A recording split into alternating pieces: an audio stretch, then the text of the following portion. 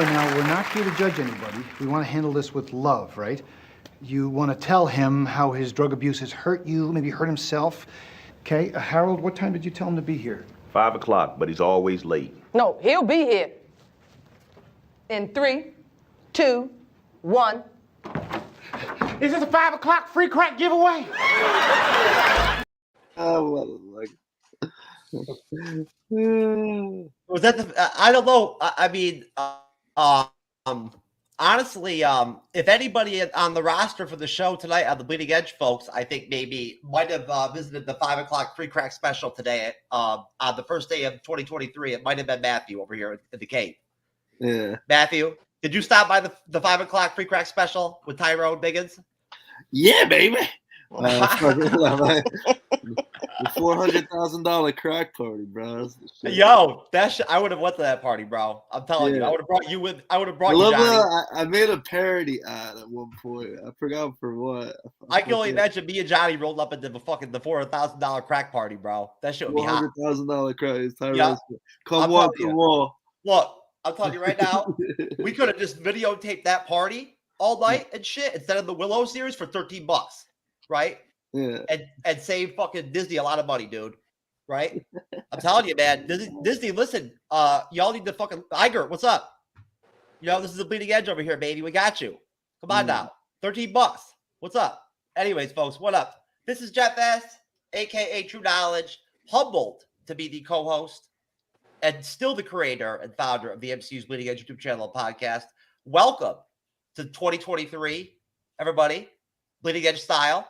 Yeah. Here on the panel for our Phase 5 and Phase 6 preview Sunday shows that we're doing here, or this episode, I guess, or this version, where we're doing Secret Invasion and Daredevil Born Again. We have, for the first time, I'll start with our initial, first appearance guest, Matthew. If you'd like to introduce yourself, brother, have at it. Go after it, bro. What's going on, guys? My name is Matthew Zaytoon. I am a filmmaker out of Paterson, New Jersey. I live in a weird collaborative art space called Prototype 237, and we just a bunch of artists making different stuff. Yeah, I don't know. I do photography. I'm booking my first show at a gallery this year, and I don't know. I've just been making films for like 10 years. Normally like a classic cinema guy. Actually, I was on a podcast earlier this week. Just talking about like John Cassavetes, which is pretty fucking cool. But I have my own podcast as well called Afternoon.fm. Yo, we should have collaborated. I should have rolled you with the night that she hugged on me. You could have backed Cyber up and videotaped that shit. With like a camera. Watching that green bitch manhandle me and shit. Yeah. Why not, man? That shit was interesting. You didn't know about that? No, I didn't know, bro. Oh yeah, man! It's a big special we got coming out soon. It's a true life-inspired story of my night being downed by She-Hulk one night. It was intense. Oh damn, yeah. Yep. I mean, Yep. He got turned before Daredevil did. Yep.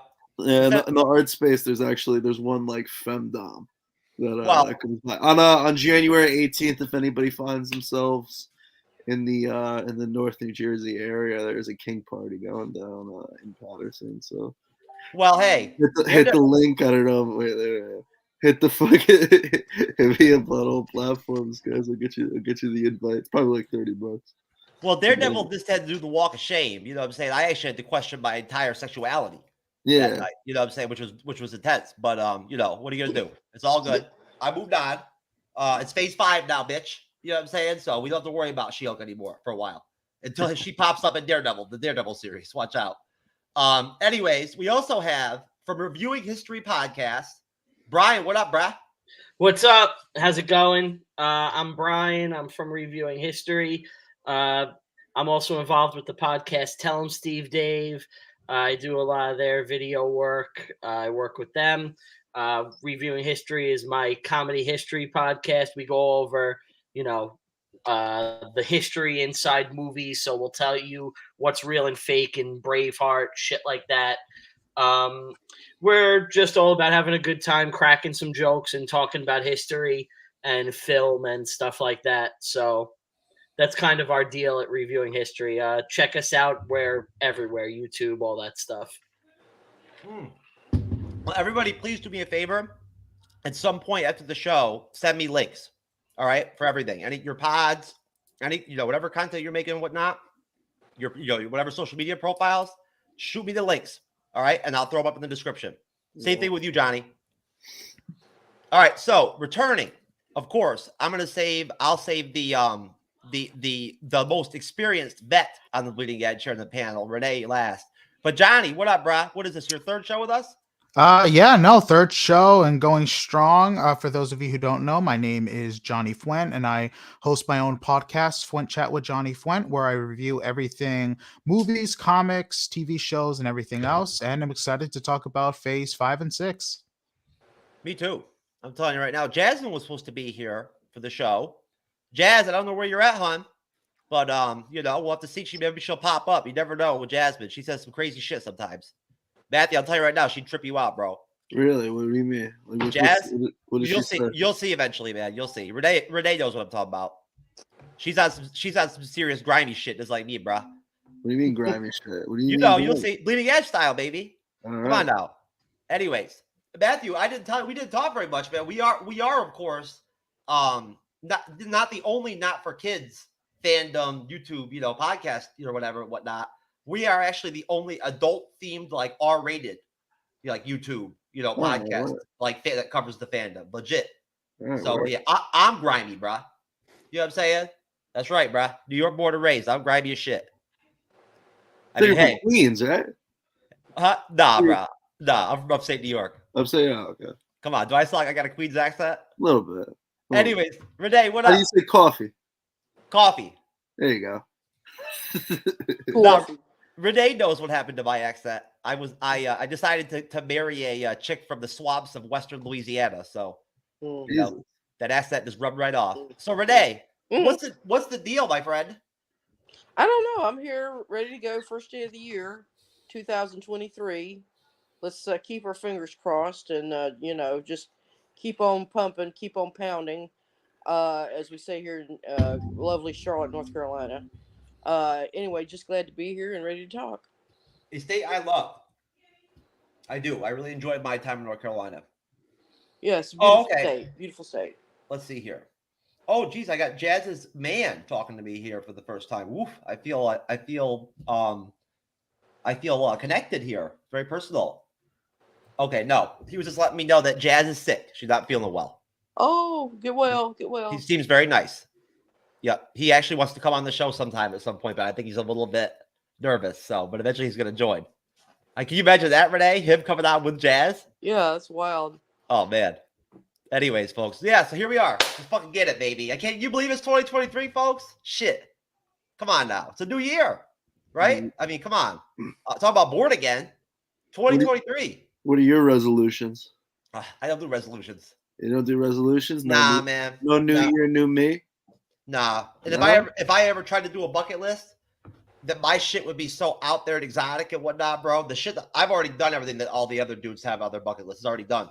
Down by She-Hulk for being one of them. Right? Yep. Yeah. Yep. Dude, I've done more threesomes than most porn stars, bruh. So, you know what I'm Really? saying? That's Bleeding Edge style. Anyways, folks. Girl, guy. Let's Girl not go into guy? that.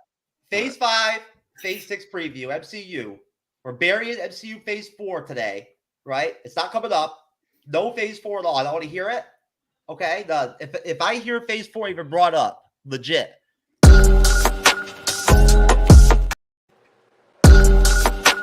I'm sending Jar Jar for your ass. Uh-oh. We get the Jar Jar. We get the Jar Jar warning.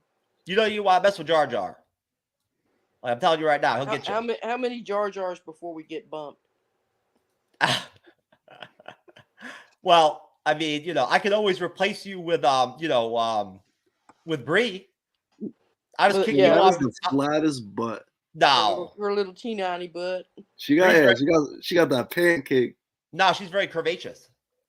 Curvaceous. Yeah.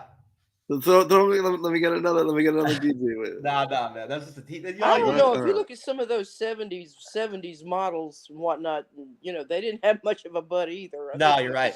It was something weird going on way back in the 70s. Nobody pooped in the 70s. I'll tell you just a quick inside joke, as Renee knows about this. Brian, this is funny, Johnny. One time I screwed up and I didn't screw up, but I was on the podcast Odyssey, Joey's podcast, reviewing Alien, the first Alien from '79, with Sigourney Weaver. And I'm over there like talking all this shit about how smoking hot and sexy and shit Sigourney was and still is. Like, she's fine. You know what I'm saying? She is. And so I'm talking about it and everything and whatnot. And Cyber's making funny, laughing at me, my co-host, you know, and Joey's smiling, he's laughing at me and whatnot. Like Sigourney's not hot. And all of a sudden, you know, Liz, you know, Joey's sort of like quasi co-host pops on and drops a picture of Sigourney from the film where she looks worse than Brie in that picture with some 7-year-old little boy butt and like in her underwear scene. And it was like the worst picture ever.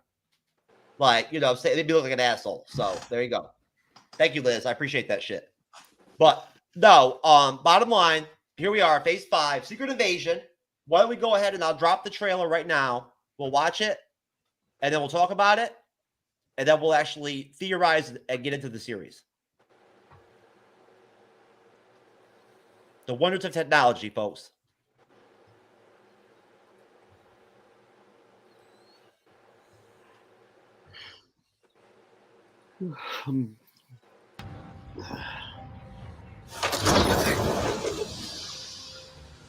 Well, it's not cool. For years, you've been avoiding Earth. But I have called for your help plenty of other times, and you've been pretty content to let those calls go straight to voicemail.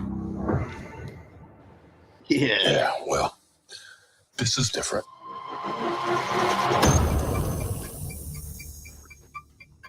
How much do you know about your security detail?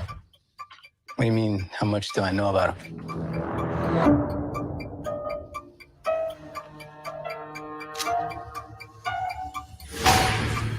Fury, we gotta be very careful now.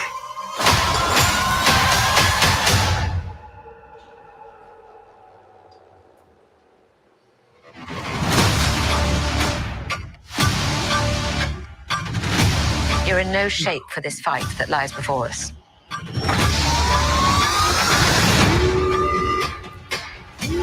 This is just the beginning. This is my war alone. And I'm the last person standing between them and what they really want.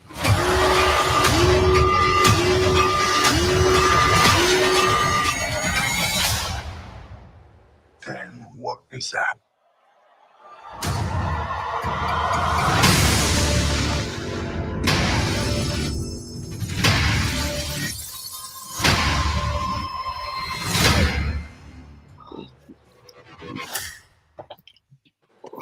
All right. There you go. Johnny, why don't you start? Thoughts on the Secret Invasion trailer? So it's definitely going to be very interesting because, I mean, when I heard they were doing Secret Invasion, and especially after seeing the trailer, I mean, it's going to be very different than it was in the comics, obviously, for many reasons. I mean, we haven't even been introduced to a lot of the characters that were taken and switched, but I loved it. I mean, especially that Don Cheadle is going to be having a significant role since after Endgame, he had a cameo here and there. Seeing some of the locations were pretty cool. Seeing that Talos is apparently at odds for control of being the leader of the Skrulls was amazing. And I'm curious to see how Emily Clark's character fits into all this. Not to mention, I mean, when I was watching the trailer, I was trying to find Easter eggs to see what would lead to Armor Wars, considering the fact that this is going to take place right before the Don Cheadle's new TV show. It's going to be a movie now. Yes, I almost forgot about that. It's going to be a movie now, which honestly, good for Don Cheadle, Rhodey definitely deserves a lot. Yeah, most definitely. No, he's going to be a movie.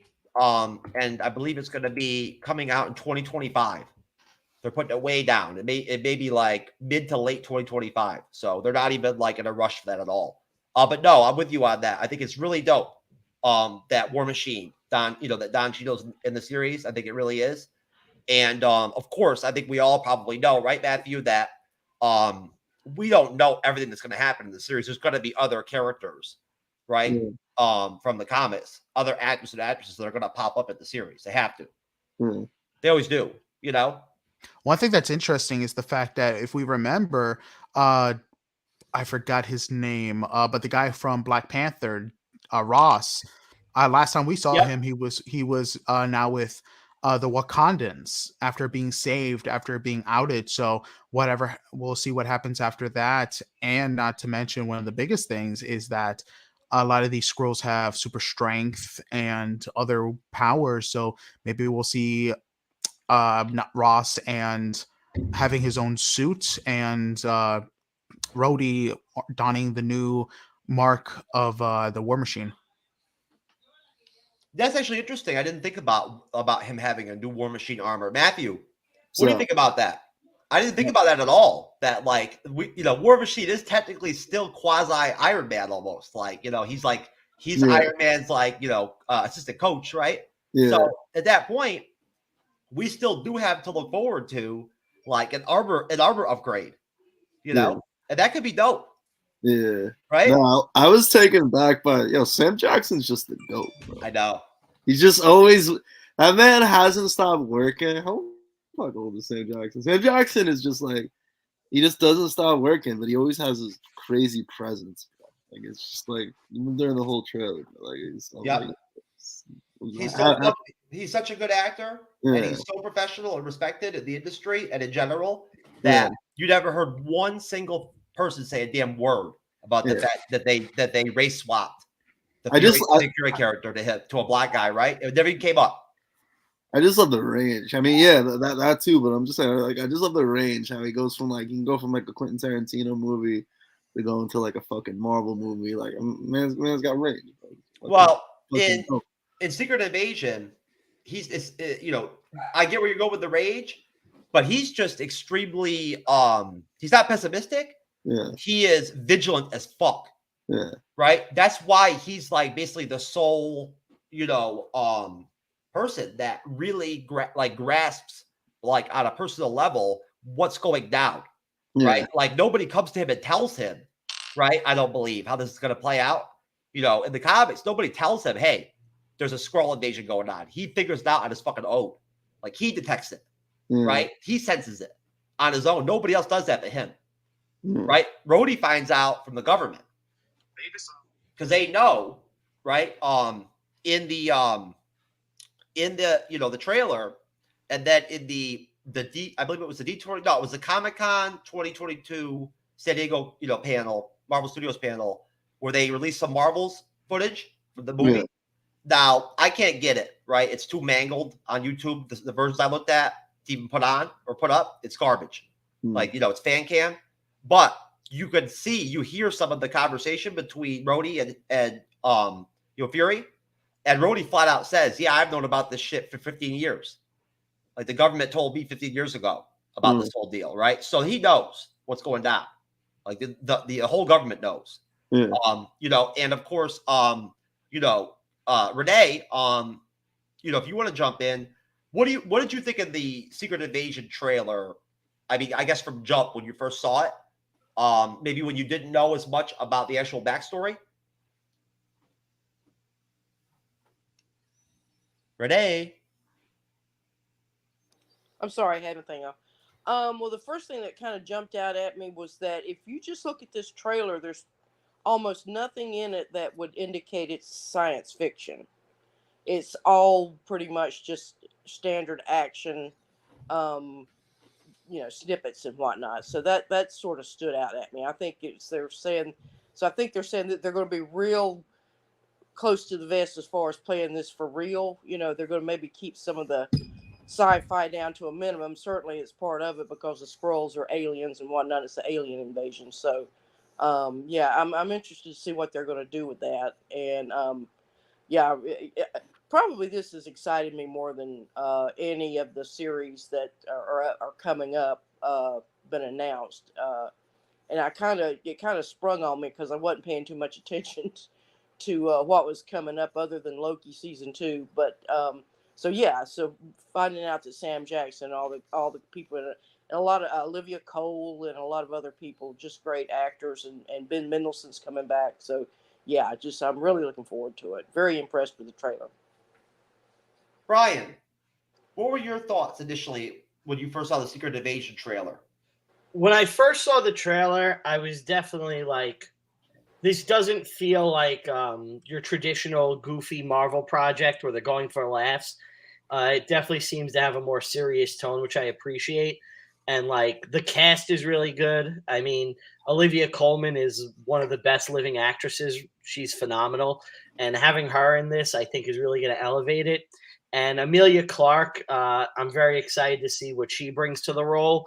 And I know that I'm going to be going back and looking at certain scenes in Game of Thrones season 1 after I watch this, you know, when she's coming out of the fire, things like that, those sexy shots. I know this is going to drive my eyes to that. So, well, I mean, I'm glad you brought that up. Now, of course, we didn't see Amelia Clarke in the trailer. And of course, as Renee reaffirmed for me today, you know, Secret Invasion does come out. It is essentially the first Disney Plus series that's going to come out, right? In either early April, right? Or late March. And, you know, they say spring. So whatever that means. I'm thinking April, and then Quantum Mania will come out right after that, right after it wraps up. Yes. Well, when does Quantum Mania come out again? February. Yeah, no, Secret Invasion won't come out before then. Okay, wait a minute. What's the one? Guardians 2? Guardians, that's the one I'm thinking. Or Guardians 3. Yes. That's the one that'll come out. Once Secret Invasion wraps up, then that Guardians will come out. You're right. I'm sorry about Ant-Man. No, it's okay. No, actually, we'll be talking about Guardians next Sunday, folks, just so you know. On that Sunday show, Guardians of the Galaxy will be the focus, you know, of the initial segment, and then we'll probably do 1 or 2 Disney Plus series on top of that. Maybe one of the animated shows. But now, Brian, what were you saying? Did we actually see, you know, Daenerys's character in the trailer? I think she pops up there for a second or two, yeah. But okay. Yeah, the real thing that I'm really interested about this is how they're going to do it, because the original comic book series came out in 2008, and really, like, you know, it was all about kind of Islamic extremism, and they could be anywhere amongst us, and the whole thing was kind of a commentary on that, and it was very 2008. And this one, you know, it doesn't seem to have that like kind of political thing going for it. So I'm curious what angle they're going to take with this. Well, it's interesting that you say that, because actually that's when Kevin Feige has, you know, very parsley talked or been interviewed or been questioned about Secret Invasion, and he's been very, very uptight about it. All he's basically focused on, right, is the fact that essentially, you know, it's a vehicle for Mendelsohn, right, and Samuel L. Jackson, right? They're the show, right? They're the leading, you know, figures of the show. They're the driving force. I think he likes that team up, right? It's, you know, it's not just that he likes him with Captain Marvel and that type of sphere. I think he likes that combination of Mendelsohn with Jackson, which I guess I don't blame him. You know, but then again, I think Samuel L. can work with anybody, except for Captain Marvel. But anyways, no, that's another conversation. No, as far as the trailer goes, honestly, wait a minute, Jeff. You just got the first. Oh shit. Jar Jar. Oh, did I? Put a penny. Wait a minute. No. I talked about. I mentioned phase 3. Phase 3. Yeah, he's technically right. Okay. All right. For phase 3, I just get Hot this. D. There you go. Weenie face. Yep. So that's what I get. That's phase 3, right? And then for phase 2, we'll do.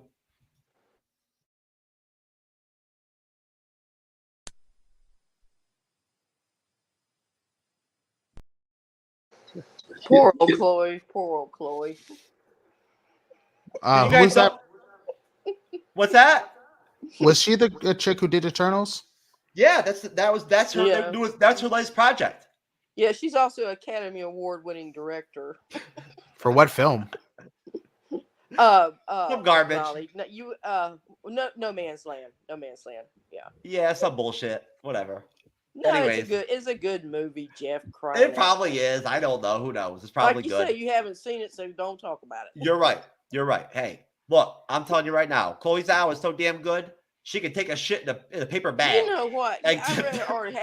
Hey, wait a minute. I read an article where I think she was talking about Marvel and how excited she was to how much she loved the comics and whatnot, and she really wanted to do that movie. She, so she has some Marvel cred there, and I think we should respect that. Hey, so, anyway, I think Yeah, you're I right. mean, look at James Gunn. I mean, this is going off DC, but when he was doing Suicide Squad, he found out that Idris Elba's character shot and put Superman in the hospital. So many fans were complaining, like, "Oh, that would never happen." And then James Gunn literally pulled up the comic from the '80s when his character was introduced, and it was like, "This is what happened in the comics." And then everyone was like, "Oh, never mind. We stopped complaining. It happened."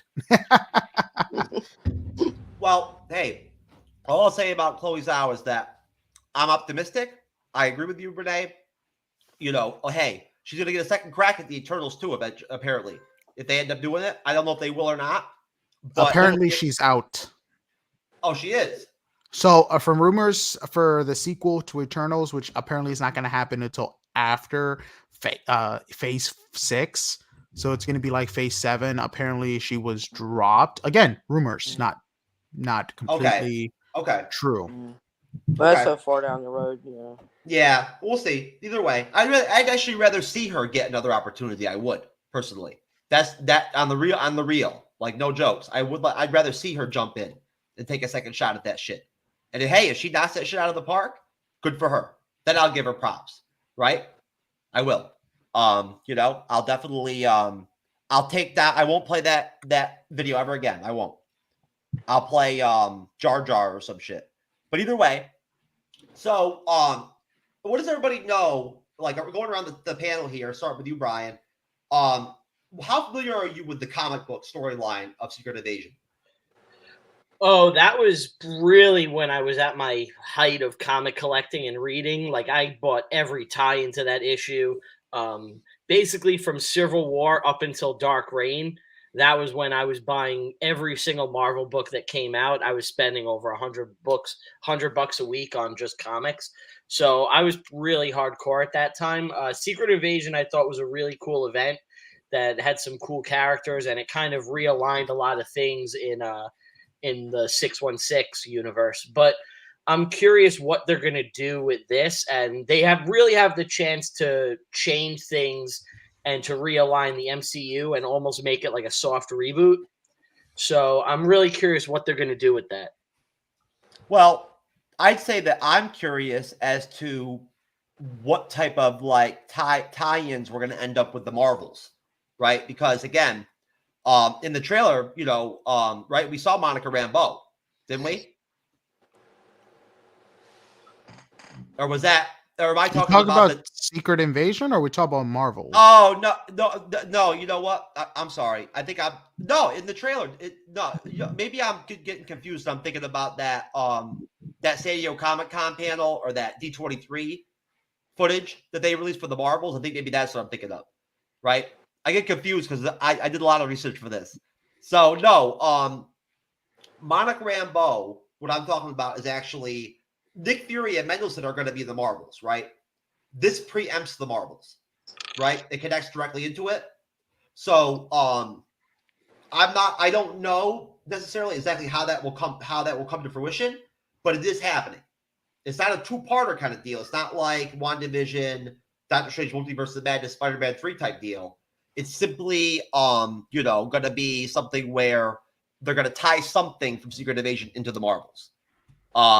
So Matthew, so how familiar are you with the comic book Secret Invasion run? I know a little bit. I actually wasn't too deep into the comic book of it. I had the card for Secret Invasion, and I remember like the covers with Spider-Man and shit, but not so much. Yeah, no. It's been a while. No, but I mean, honestly, you tell me. Just with a simple title like Secret Invasion, yeah. Right? Can't you kind of almost just off that get kind of a sense in a way? Yeah. Now, I'm not saying like the whole story, but like, can you kind of get the gist of that? You're going to get espionage, right? Yeah. You're going to get some trickery. There's going to be, you know what I'm saying? With a title like that, right? Yeah. Yeah, I remember the artwork better than I remember the actual the plot points of it, man. But the artwork for Secret Invasion was sick back in the day. Like I don't know. You guys remember the Spider-Man video game for PlayStation 1? Anybody? Yeah. I've seen it. I never played it. I'm an Xbox guy, but I've seen it. Yeah, fucking Neversoft used to fucking release the first Spider-Man was like this was the people who made Tony Hawk, and I was really into that fucking game, man. And the Secret Invasion cover was in that shit. That shit was cool, bro. I don't know. I think it was Secret Wars. Maybe I'm fucked up. No. Is this is all based off the Secret Wars like plot line? No. Okay. Secret Wars is a totally different event. Yeah, there's 2 Secret Wars. Yeah. No, Secret Invasion. Going to you, Renee, before I go to you, Johnny. Renee, of course, before I sent you that link and whatnot, right, for that fandom deal, what did you know about the Secret Invasion comic book storyline? Nothing at all. Now let me ask you a question though. Did the trailer for you? When you saw the trailer? Did you get anything from it? Did you grasp a gist of it at all? Oh yeah, because it was referencing past Captain Marvel, which we can reference here since it's without a ding, since it's in reference to coming up. But yeah, the Mendelsohn, we know who Mendelsohn is. We know the relationship between him and Samuel Jackson, Nick Fury, and the Skrulls and everything. So yeah, I was aware that it's going to be part of that. And then we see various other. I think we saw Martin Freeman. Didn't we see him? The FBI man who's now somehow linked in with tracking. He's a man in black or whatever you want to call him. And then Olivia Colman, whatever her character is going to be. She's sort of I'm not sure. I have no idea who she'll be, but apparently she's somebody of authority. Which she's played a lot. She got an Academy Award for playing a queen, so she knows how to play that. So I got a good gist of what's going to happen. From that trailer. But as far as the storyline, the comic books, I don't have any knowledge of that other than just like snippets I picked up here and there, in these little discussions and whatnot. Okay, Johnny. Before I just want to get my comic book history right. Brian, Dark Reign was after Secret Invasion, correct? Yes, Dark Reign took place after. That's after when Norman Osborn became he controlled basically S.H.I.E.L.D.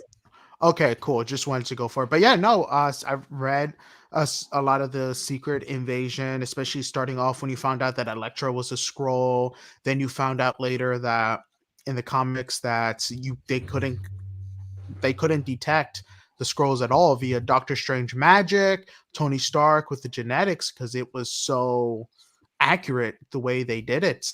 Heck, it led into the Illuminati trying to travel over to the Skrulls and warn them not to invade. Was that before or after Secret Invasion? I always forget, Brian. That I don't really remember as much, that part of the Illuminati, so I can't comment on it. Gotcha. Well, so at some point the Illuminati, Doctor Strange, Reed Richards, Tony Stark went over to the Skrulls' home planet, and warned them, hey, don't invade. Didn't work out for them. They got captured and all that good stuff. But a lot of times, if we look at World War Hulk, that was a tie-in to Secret Invasion, considering that when Hulk defeated Black Bolt, he was a Skrull. It wasn't actually Black Bolt.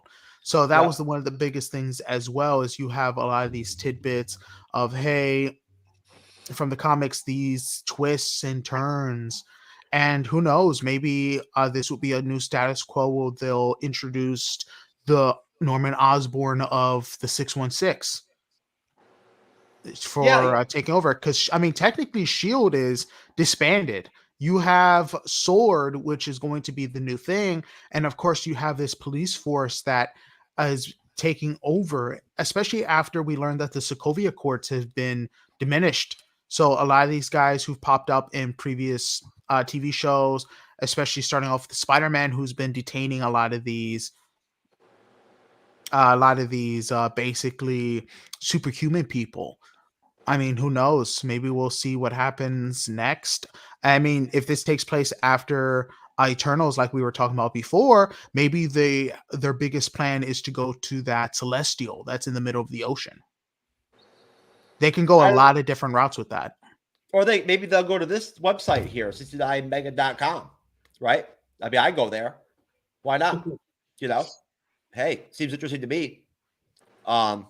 Anyways, but I'm gonna block it real quick though, out of respect for the ladies here on the panel.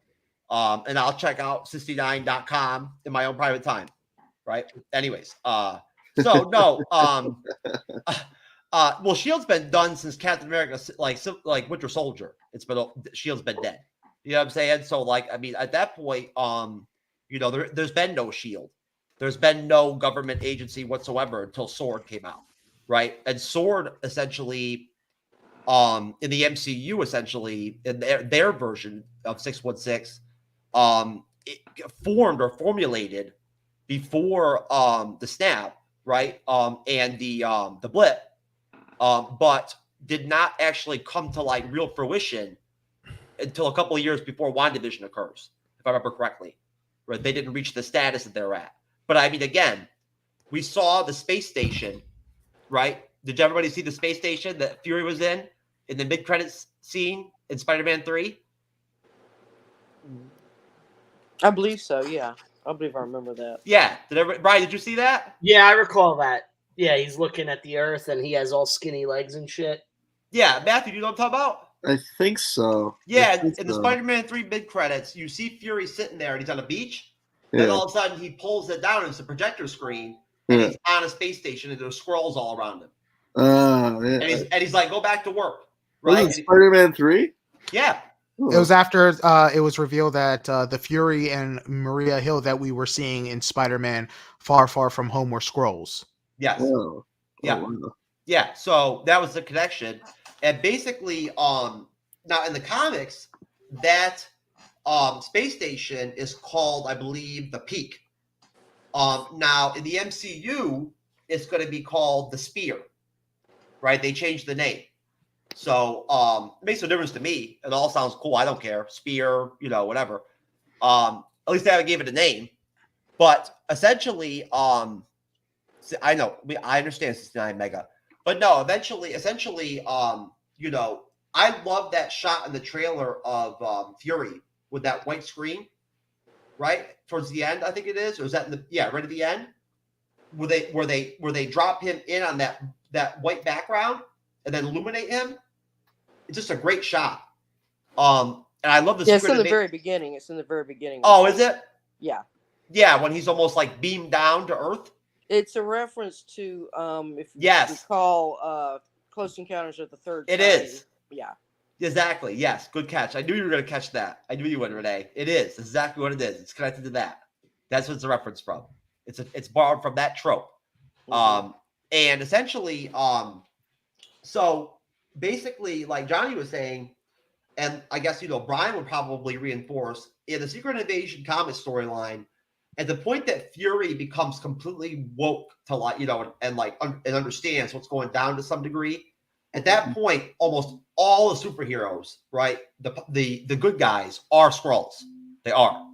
There's only a select few superheroes that are almost like, I guess, either just randomly, like, you know, get lucky and don't get scrolled up, or they're like ones that are obscure, right, and aren't very like well known, right, or very public, and they end up for some reason, you know, untouched. And of course, I think Brian could actually probably be more, you know, knowledgeable to some extent. Brian, if I remember, just real quick, out of the handful of superheroes that Fury manages to round up, right? Who is it? Is it Hawkeye, Spider-Woman? Spider-Woman is the big one. If I remember, she was the Skrull. She's the first one. She's the first one, right? She's the Skrull queen. She's is she? Yeah, she was in charge of like everything. And going back to Bendis's time on New Avengers, that was when that really like got set up, and like it was revealed that she had been doing all this messed up shit behind the scenes.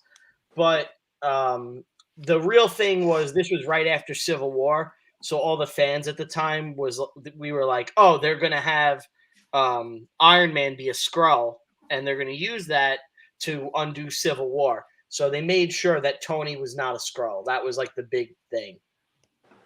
Yes. No, that I understand. Go ahead. I didn't say anything.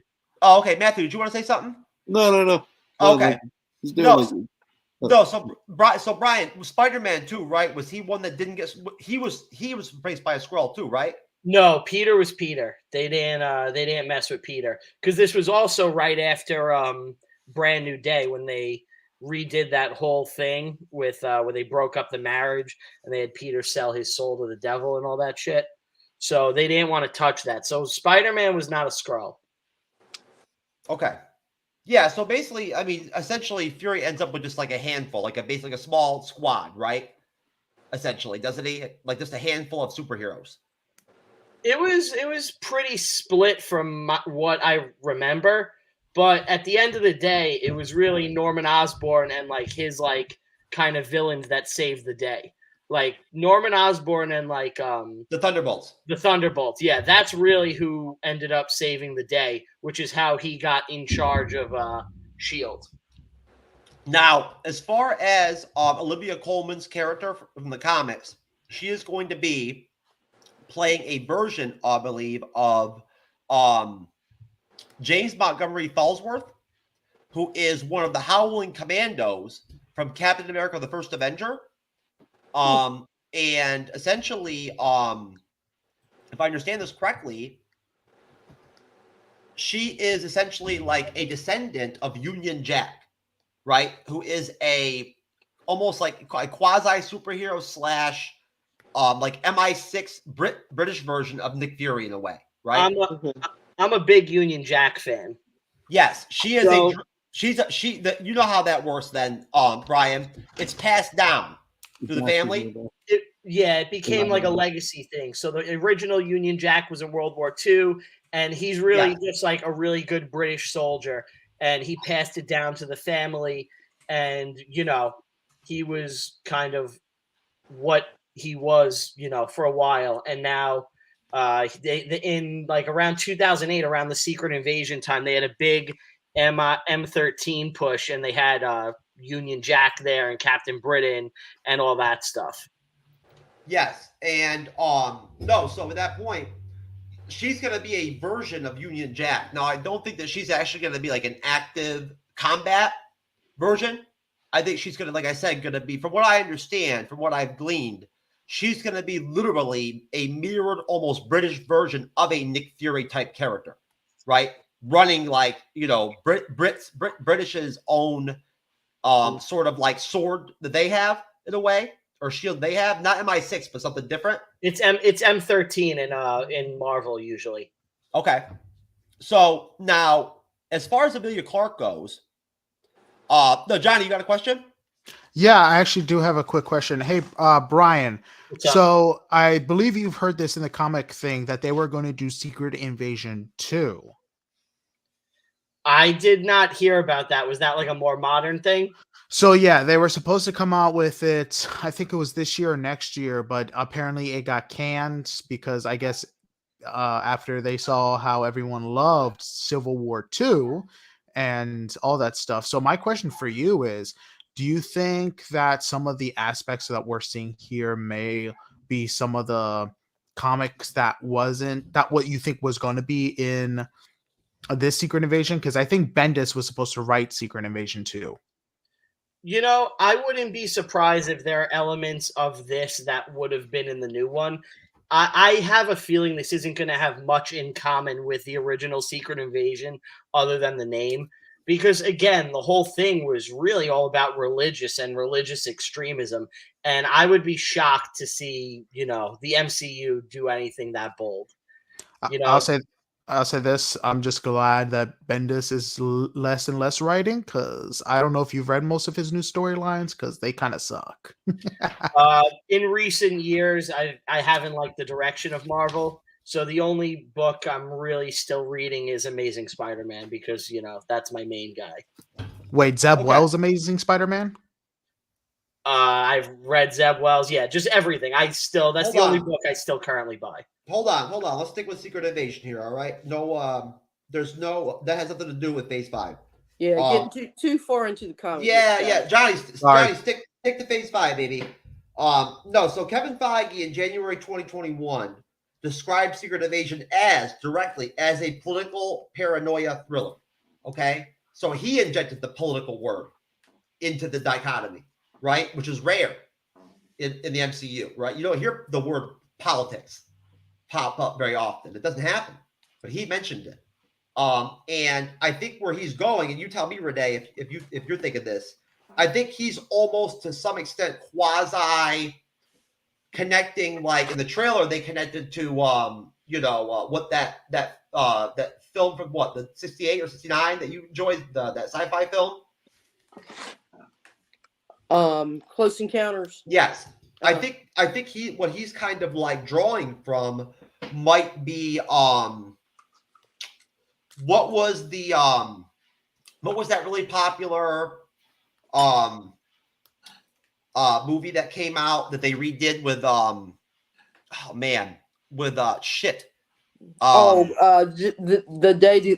day the Earth stood still. I know what you're talking about.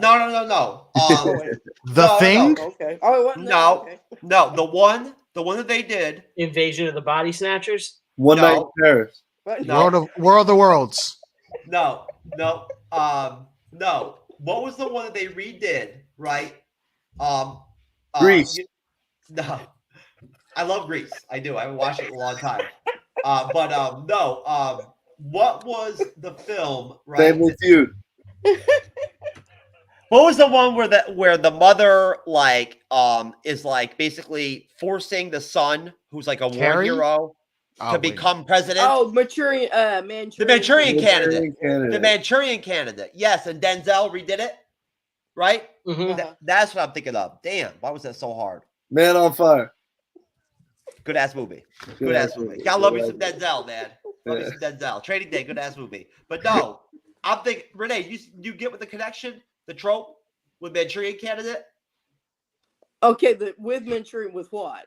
What the political I'm gonna head to the bathroom really fast, guys. Go ahead. No, that what Kevin Feige mentioned, the whole political zeitgeist of political paranoia. Oh yeah. I mean, I don't think it has anything to do with what Manchurian Candidate was talking was that trope, which was brainwashing and mole agents, inserting moles. But maybe what I'm sort of seeing though is if there's any parallels, and my take on and this is just going by how the MCU has been structured. Until the Battle of New York, the average person on Earth didn't know aliens existed. Maybe they knew that there were some alien type or weird properties like the Tazarac and stuff like that, and that type of stuff, and maybe a little mysticism or whatever. But they didn't think there were aliens going to, out there with spaceships. But of course there were, and the government had to keep it hidden. So of course that parallels a lot with what goes on in our own popular culture, with the UFO conspiracy theories and alien invasion and things like that. And then here recently, within the last few years, we had these very dramatic footage that the Navy has confirmed are genuine. They cannot confirm what it is. The government actually came out and said that hey, we're not going to say these things are aliens, but we can't say that these things are anything that's possible on Earth right now. That there's no way that could be reproduced. So that's very real. So that's going to be a very real undercurrent that's going to inform this fictional telling. And this happens a lot. So Manchurian Candidate you referenced, that's talking about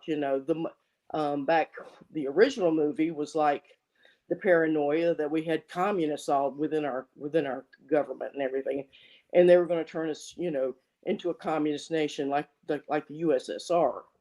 And we sort of see a lot of that even now with a lot of the conspiracy series theories and whatnot that are out there that are causing a lot of havoc with people. So anyway, I think that's going to be the parallel there. Okay. And now, essentially, as far as Amelia Clark goes, now, who knows, before I go ahead and talk about it, who knows what character she's playing in the film already? Go ahead and shout it out. Who knows? Anybody? What was the question? Does anybody know who Amelia Clark is playing in the film, the character? Oh, she's Abigail Brand. Yes, exactly. She's Abigail Brand. And now Abigail Brand, of course, is a mutant. Now, how they're going to handle that shit, of course, I don't believe that they're going to reveal that at all. I don't. I don't know if she'll even express having powers. But she's a very interesting character. Now, I'm not going to go deep dive on this. But Brian, do you want to kind of just give like a basic, since we have you on here, with the comic book knowledge and whatnot, do you want to go ahead and just do a quick explanation of sort of, Abigail Brand's deal? Abigail Brand's deal, to be honest, I don't even know her powers or abilities, but basically for most of the time I've read comics, she's in charge of SWORD, which is basically Earth's defense against aliens and shit. And that's kind of her deal. Yes, she ends up becoming the commander, right, of the space station, of the peak. Now her mutant ability is essentially the ability to, as if I can pronounce it correctly, she has essentially what's called tactile pyrokinesis, meaning that she can isolate and generate intense heat and fire through her hands and glow them, but she cannot actually like project it, right? All she can do is physically touch things with her hands and then burn through them. So basically at that point, it's not really an offensive power. It's more of a, if you got to get through some fucking like, crazy, intense, Wakandan, freaking vibranium door and shit, she's your go-to, right? She'll just put her hand on that bitch and melt right through. That's what she does. And she also has enhanced durability, enhanced stamina. And of course, she's a trained, sword agent. So, at that point, I mean, she's better in a hand-to-hand combat fight than Shuri, basically. Sadly. They would have been better off probably casting her as Black Panther. What? Somebody's got Matthew held hostage. Please. Matthew, what's going on? Please help. Wait, what? You'll never get it. No, is my what my setting? No, you have to see how you look on camera. I look like Robert. I look like the lead singer of The Cure. No, I mean you look like you're. You look like you're literally held in a closet. No, it's just dark in here. I don't know. It's just a small room. Not my girlfriend's house. That's funny. That's funny. I'm not making fun of you, but I mean, it's just a very odd, very dramatic, cinematic, with the contrast there. I love it. I love it. Quite stunning, actually. Yeah, I love it. Giving a heavy prisoner of war vibes. At some point, I've been wanting to explore and try out like recording in like a dark, like more of a dark environment with just like like a simple light, like some people do, kind of, just a small light, like a ring light. You know what I'm talking about? Yeah. And giving that a shot, just a different look or like whatever. Like a halo. Yeah. With a dark kind, similar to how Matthew looks, but with sort of just like a spotlight right on like at least my face, right, or my top half. I like your studio, man. Explain some of these posters in the background, dude. Listen, you don't even know, man. Honestly, between me and you, I have a second studio here in my family's, land or whatever and whatnot. Down here in Southwest Florida, the way that everything is, land is sold and broken down is plots, and lots, and they're not big. Well, my parents' property is on four lots, so for here, that's big. That's a lot of land. That's like having a farm down here, essentially. So at that point, they have an entire garage that's a separate building, the same size as a home. on the property. It's right parallel to this house. It's right outside my door. I have a secondary studio area in there that's bigger and wide open. And years ago, back when I used to do more like TikTok, Rizzo 1 minute type content, I used to record in there a lot. And that's where I do a lot of my photography because I have all my photography backgrounds and shit. You know what I'm talking about. Yeah. The basic, ones where you just have the 2 poles in the bar. Yeah. Yeah. No, I have a studio. I just I was kind of ill prepared, not ill prepared. But no, what I was going to tell you is just that I'm cleaning it up right now. I'm getting it straightened out, and I'm going to actually wall it up, AC it, and I'm going to turn it into a secondary, like a nice, really nice professional secondary studio / man cave. Right? It's going to be dope. Yes, and I like to decorate. I do. You'll be like Robert De Niro in The King of Comedy. Yeah. Hey, I'm in touch with my feminine side. I like to decorate. I like posters and shit. Love Jerry Lee Lewis. I'm looking forward to getting that garage cleaned up and shit and whatnot, straightened out, so I can start doing some shit and make it look interesting. I'm going to keep it very simple. No 7 webcam shit over here like I do over here. Are you going to have a tiki bar? No. Maybe. No. But I'm going to have like 2 cameras. That's it. That's all I'm going to work with. It's going to be very, very different. I'm going to try to go with a contrast, a different look or different view. So we'll see how that works out. But no, that's where I keep all my big shit, Matthew. Right? Like my big equipment and whatnot, right? Yeah. And that's where, when I use like my actual camera equipment and whatnot and all that, my tripods and shit, I bust them out there. More space. But yeah, I appreciate you complimenting me with my background and whatnot. Yeah, it was really cool, bro. No, as far as posters go, man, I'll show them to you real quick. They're pretty simple. What you got? I got the good shit, man. What are you kidding me? Who is Bandmade? Oh, come on now. Who is Bandmade? Got you a life together. Renee, who's Bandmade? They're a Japanese sort of heavy metal retro band, and they like to dress up like maids, French maids. And that's about all I know about them. I know Jeff loves them to death, and he promotes them. Yep, and I'm going to the damn concert to see him in freaking in Daytona Beach. I'm going to the there's a festival in April 2023. There's a 4-day festival event, and they're playing on the first day, the Thursday. Oh yeah, bro. Yeah. Okay, you can go be you can go be you can be a groupie. You can. I already got my tickets. Done deal. So, You're going for the full 4 days or just the one? No, I can't watch 4 full days of live rock music, man. Are you kidding me? Come on now. No, that's too much. What's that? Your first time seeing them? Yes. Oh wow. Yeah, they just wrapped up their U.S. tour recently. Yeah. But it was small, and the closest they came to Florida was Texas. So, but as Renee will tell you, I said, you know what? I have a strong feeling that they're going to get more popular, and you're going to see them right back. And then they'll do Florida. Well, here we are. They did it. They're already coming. So now you got me playing around with my fucking my Akazo Brave here, all jacked up and shit. Little did you know, this was my plan all along. Yep, got me all jacked up and shit. My shit's crooked now, all Really, fucked the up. Blair Witch Project. No, but look, I got the Captain America Winter Soldier poster because I love that thing. It's classic. It's classic. It's dope. Right? And that's the one, if you can see it, that's the one that has all the characters. It's got Zemo, it's got Sharon Carter, all of them. Got another man-made poster, right? And then I've got, of course, the best Disney Plus series that came out in Phase 4 of is Marvel. I don't know what that poster's about right there with that blue shit on there. I don't know what that is. I don't know what that crap is. There's Loki. There she is. There he is. And there's my Monica Rambeau Award recipient, Sylvie. And there, right there, if you can see, kind of in the corner there, are some pictures of my children. Those are pictures of your children? Yep. No, little superheroes. Yeah, and some anime.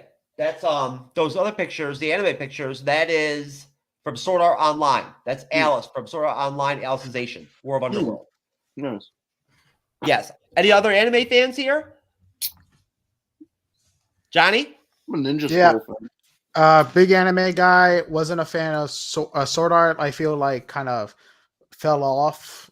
I feel like they really, really should have stuck more with SAO in the original game instead of just like being done with it after 10 episodes. What do you mean? Like I feel like they should not have, like I feel like it should have been like Log Horizon. They kept into the SAO game instead of just jumping off to Elfheim, Bullet, where they did the Sword Art Online 2, where they went into the Bullets game. Like it just lost it lost its edge. The second Yeah, season was lost its terrible. edge. It just lost its like, oh my god, are they gonna die? Because after they escape from SAO, it's like, who cares? But did you see season 3 Alicization? I saw it. It was okay. Again, I felt like it fell off. The movie was pretty good. The one before that, where they were trying to remember with that guy who was from SAO with his girlfriend. I thought that was actually pretty interesting and stuff like that because it brought some of that edge back. I know what you're talking about. But yeah, I do. yeah, I know what you're talking about. The alternative film they did. yeah, Log Horizon. Like I feel like it was just it should have just did like Log Horizon. It kept going in the same game that they originally had because, like I said, after a while it lost its edge, and they're coming out with a new movie taking We're place good. during that same time. Back to Phase 5. Let's go. Don't make me jar your ass. I'll come get your ass, man. Don't even play. All right, now listen. Let me ask you a question here, Brian. Yo. It's a very simple thing here. We really don't know that much about Secret Invasion, sort of besides what we've talked about so far, and a little bit more. But now, with Amelia Clark's character being a mutant in the Marvel Comics 616 universe, right? With a extraterrestrial father, right, and a human Earth-born mother. She was born on an alien planet. She's not from Earth, right? And I don't remember from her backstory how the hell she ends up connecting with Sword. I don't. But bottom line, she is essentially like half alien, right? And at that point, she picks up the X gene from her mom, the human, the Earth human. That's where she gets the mutant S gene. So you tell me, Brian, how are they going to handle her being a mutant? Are they even going to show her having powers, or is she just going to end up being an agent? I think they'll have her be an agent, and they'll have some reveal at the end to build with X-Men, kind of like what they did at the end of Miss Marvel, where they'll have her mutant reveal be like one of the last things in the show to get everybody talking and excited about X-Men. That's how I bet they play it. Well, hold on now. You know, with Iger, especially that move, that they're really gonna slow down, right? I mean, me and Renee talked about this morning. They're basically, other than the 3 films in 2023 and Secret Invasion, we have no fucking idea what Disney Plus series are coming out when, in what order, right? Or what year. No clue. We don't know what Echo's coming out. We don't know if Agatha is coming out this year or next year. Now she's coming out next year, I think. Yeah, right? I think so. Armor Wars, first off, was going to be a show. Now it's going to be a film, and it's not going to come out until the end of Phase 6. We're talking like 2026 and shit, right? So things are going to slow down at that point. And and it's a good move, I think. They're going to slow down and kind of just, slow roll shit. At that point, like literally, I mean, I made an effort, believe me, folks, to try to have as much official information and factual information to give you in terms of these release dates and whatnot, but I can't give you anything tangible because nobody knows. Like, it's all kind of wide open. So at that point, we know, of course, with the movies, it's more reliable. We know we're going to get Sam Wilson, Captain America, maybe Captain America 4. Woo, woo. My man. He earned that shield, baby. Earned that shit. I love that dude. Falcon Winter Soldier, good series. But no. So what do you think, Renee? I mean, look, we had Namor, right, come out as a mutant in Wakanda Forever. We know Miss Marvel. We don't know for sure, but we think Miss Marvel's a mutant now. Right, which is kind of weird. I have no fucking idea why they did that, since she's an Inhuman. But what do you think? I mean, I remain consistently. I will swear on my life, I'll bet money that we're still literally 3-4 years away from the X-Men. Yeah, they got a sticky wicket because the Inhuman, which was more on the Avengers type side, was played up heavy on that Agents of S.H.I.E.L.D. series that ran for a couple years and Yeah. really pretty good. I mean, it wasn't a bad series at all, but it's But really did you watch? But did you watch the Inhuman show? No, I didn't. I didn't see that. And there's another one. Just I didn't see it, but that's another example. But then they have the X-Men, which are the mutants. So it's kind of like, well, okay, what are they? Inhumans, or are they X people? I mean, what is it? X gene, or was it the Terrigen mist, or whatever that? So they're going to have to make a decision which way they're going to go, because having both is just going to be too unwieldy, and they've already got enough going on. Well, So, I think it's going to be a while before they can figure it out. Well, you know why they didn't make her an Inhuman, right? It's because the Inhuman series was so fucking horrible, right, that they didn't even want to connect her to it. That's why. Okay, yeah. Well, yeah, I heard it wasn't very good, but even so, like I said, Agents of S.H.I.E.L.D. did play that up. So yes, yeah. No, most definitely. Now, as far as the S gene goes, the S gene comes from the Deviants, from the Eternals. The S gene comes from the Deviants. Okay. Over the span of time, over centuries, the Deviants develop the X gene internally on their own, and it morphs over time into the S gene. Those are the creatures that the Eternals were fighting.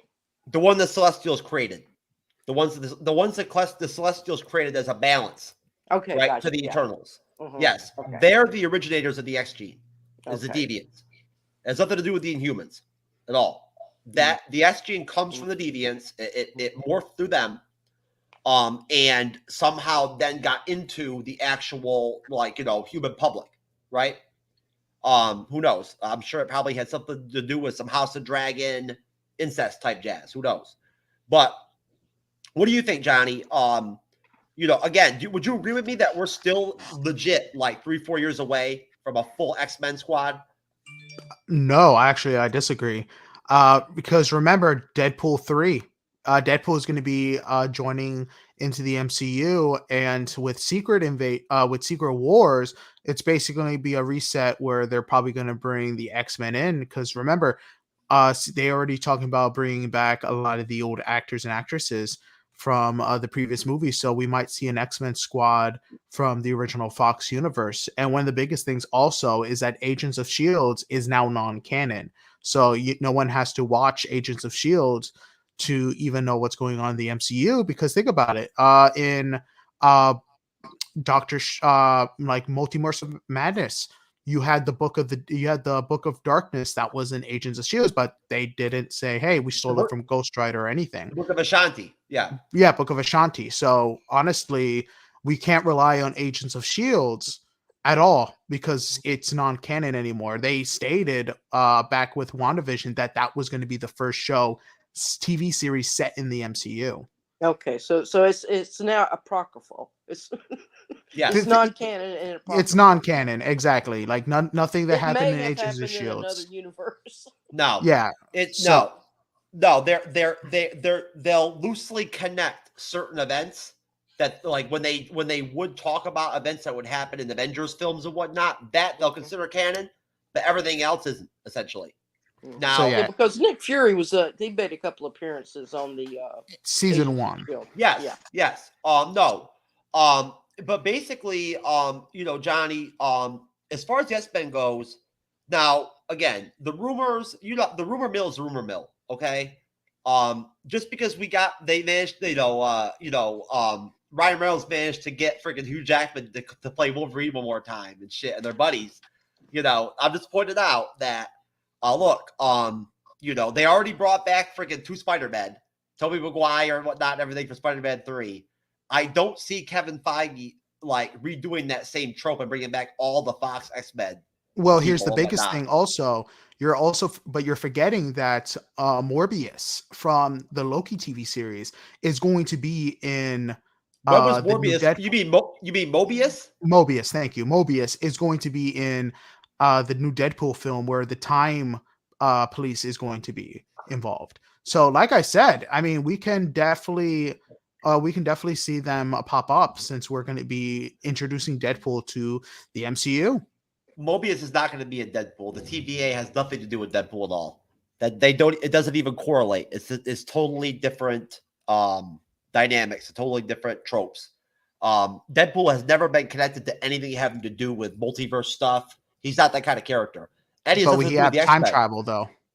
Yeah, but that's different. That's, again, and we're not going to get into that, but that has to do with Cable, right? And shit that happened back in the 70s and 80s and shit with Domino and the whole squad from the comics and whatnot. That goes way back. And that has to do with Cable and that technology. Deadpool is not even aligned with the X-Men. He isn't. He's not an X-Men. He never was. And he's barely ever been in the comics. But no, at the end of the day, Matthew, would you agree or disagree with me? This is very simple. And I don't care. Everybody has their own opinion here. And I respect it. But would you not agree with me that it only makes perfect logical sense from a financial standpoint and from a standpoint of the actual ability to get the most years out of a actor or actress to play a character? Yeah. That it only makes common logical sense to reset the X-Men with new characters, new actors and actresses, right? Yeah, of course. Yeah, it's that simple. I mean, you want something. Brian, would you agree that the X-Men could be something so big in the MCU that it could be their own universe or their own wing? They definitely are going to have their own corner of the universe for sure. I personally think that we're going to see a big blow up of the entire universe eventually, where they recast everything, because you're not going to be able to sustain the MCU without Iron Man and Captain America. And I know that they're trying to make those mantle characters, but it's never been successful in comics when they do this, when they make legacy characters like this. So I think we'll see a big blow up, and it's going to eventually be more reflective of how the comics have been in the past. Okay. Renee, what's your take on that? Would you agree with me or disagree with me that I do believe that they'll recast, that they'll give us an entirely recast full X-Men squad? Yeah, as far as the X-Men goes, since they're bringing in, like you say, they're trying to reboot them, trying to get them away from what the other films were, because even they're kind of mixed up a little bit. But going back to what was just previously said, I think you're right. I think that they're going to have to it's going to be like the comics, where every so often they've killed off the character and bring, they kill off Superman and then bring him back. They probably will go to that. I think it will be kind of, for me, I think a sad thing, because I think it will diminish the drama or the heroism and the tragedy and everything of the previous phases, and the character arcs and the story arcs. So I think it'll take away from that. But I agree. I think financially everything, this is a dream factory, so they're going to treat it, and it's rightly so grounded in the comic book genre, and that's what comic books do. So it's not unfair to the genre if they do that. But for me, it will be kind of a sad thing. No, and last word to you, Johnny, before I go back to Secret Invasion, we wrap this up and go to Daredevil. I just want to point out again that Kevin Feige has even said flat out that from jump, this was years ago, this is before Endgame, he said he wanted to put distance between the Fox X-Men universe and their X-Men universe. He said that. True, but was that before or after they bought the X-Men? They already knew that they were going to acquire the X-Men. The timing of it was set, right? There was a certain amount of time right before they could get it, and as soon as it became available, they got it. I'm just saying, with this going into the multiverse, I wouldn't rule anything out, because, like I said, different multiverses and everything, and Kang is a multiversal threat, and we already hear that there's going to be different versions of Kang. So, like I said, it's a possibility. Brother, you got to stick with the facts, man. The facts are, at the end of the day, right, that Kevin Feige already said, I want a buffer period between Fox X-Men and our X-Men. He said it. He said he want years between. We'll find out in a couple of years. I can see that, because there was so much going on in the other X-Men films that's just not going to connect. It's going to be so discontinuous between the two. Why would you double down over saturation, right? Mm-hmm. Come on now, that's not positive. That's I'm not a just winner. saying we'll find out in a couple years when the Okay. trailers come out. Yeah, no. Look, I have nothing but respect. I do and love for the Fox X-Men films. Okay, what everybody wants to say about them, they're okay films. They're not the best ones Well, I out mean, there. the Professor X and Magneto in this new universe, or, coming up, could be young men. All very just starting out, and and erase the other history of where it was set in World War II, where Magneto was part of the Holocaust, Nazi science or whatever. Because because we've already got that sort of Nazi science stuff that was going on with Red Skull and all that. So it's gonna, you're gonna get it too messy. So you're gonna have to sort of wipe some of that old history out and sort of reboot the characters, and still be essentially the same characters, but it'll just be new actors and with new backstories, and it'll go from there. Hopefully, that'll be my prediction. No, Brian, would you really be? It's going to be a basic common ground in between. It's going to split. They're going to split the difference. We're going to get versions of a Professor X and a Magneto that are not as old as the ones from the Fox films, but yet not as young, right, as the then next set of Fox films, right, Brian? It's going to be in the middle. Every rumor I've heard has been that they're going to race swap the X-Men, and I've heard names like Denzel Washington and stuff like that. But those are just rumors. But I don't know. I always take a wait and see approach with this stuff. So I'll see what they do, and then I'll determine if I want to watch it or not. All right. Well, I'll tell you what. If they fucking cast Denzel as Professor X, me and Matthew are doing blackface. I mean, I'm already in black. What's wrong with Denzel? I mean, my gosh. Come on now, nothing. I love Denzel. He's the bomb. What are you kidding me? If I'd be a great Professor. If I met him, I'd be awed by his presence. What are you joking? He's fucking amazing. Brian, are you talking about the rumors about them doing instead of the Holocaust, the Civil Rights era? I don't know, but I know that they obviously wouldn't be Jewish, but I've heard Denzel for Magneto, and I've heard Giancarlo Stanton tossed around for Professor X. But who knows how real this is? It's all speculation. So until I see someone in a trailer or something, I'll see what's up. Yeah, guess we'll find out in a few months. Yeah, I'll tell you what. Honestly, Johnny, I can't wait to pair you up with Jasmine a couple times. You and Jasmine are gonna be like a perfect team. I'm telling you, you are the rumor mill. You two. And it's cool. It's fun. I enjoy it. I do. At least with Jasmine. Jasmine gives me anxiety and panic attacks at times during shows with her intense shit sometimes. You're not to that degree. She's to that level. As I told Renee last night in the studio before the show, she was talking about wanting to give fucking Chewbacca a blowjob. That would be a very Oh yeah. You get a hairball. Straight up. She was like, I sucked Chewbacca's dick.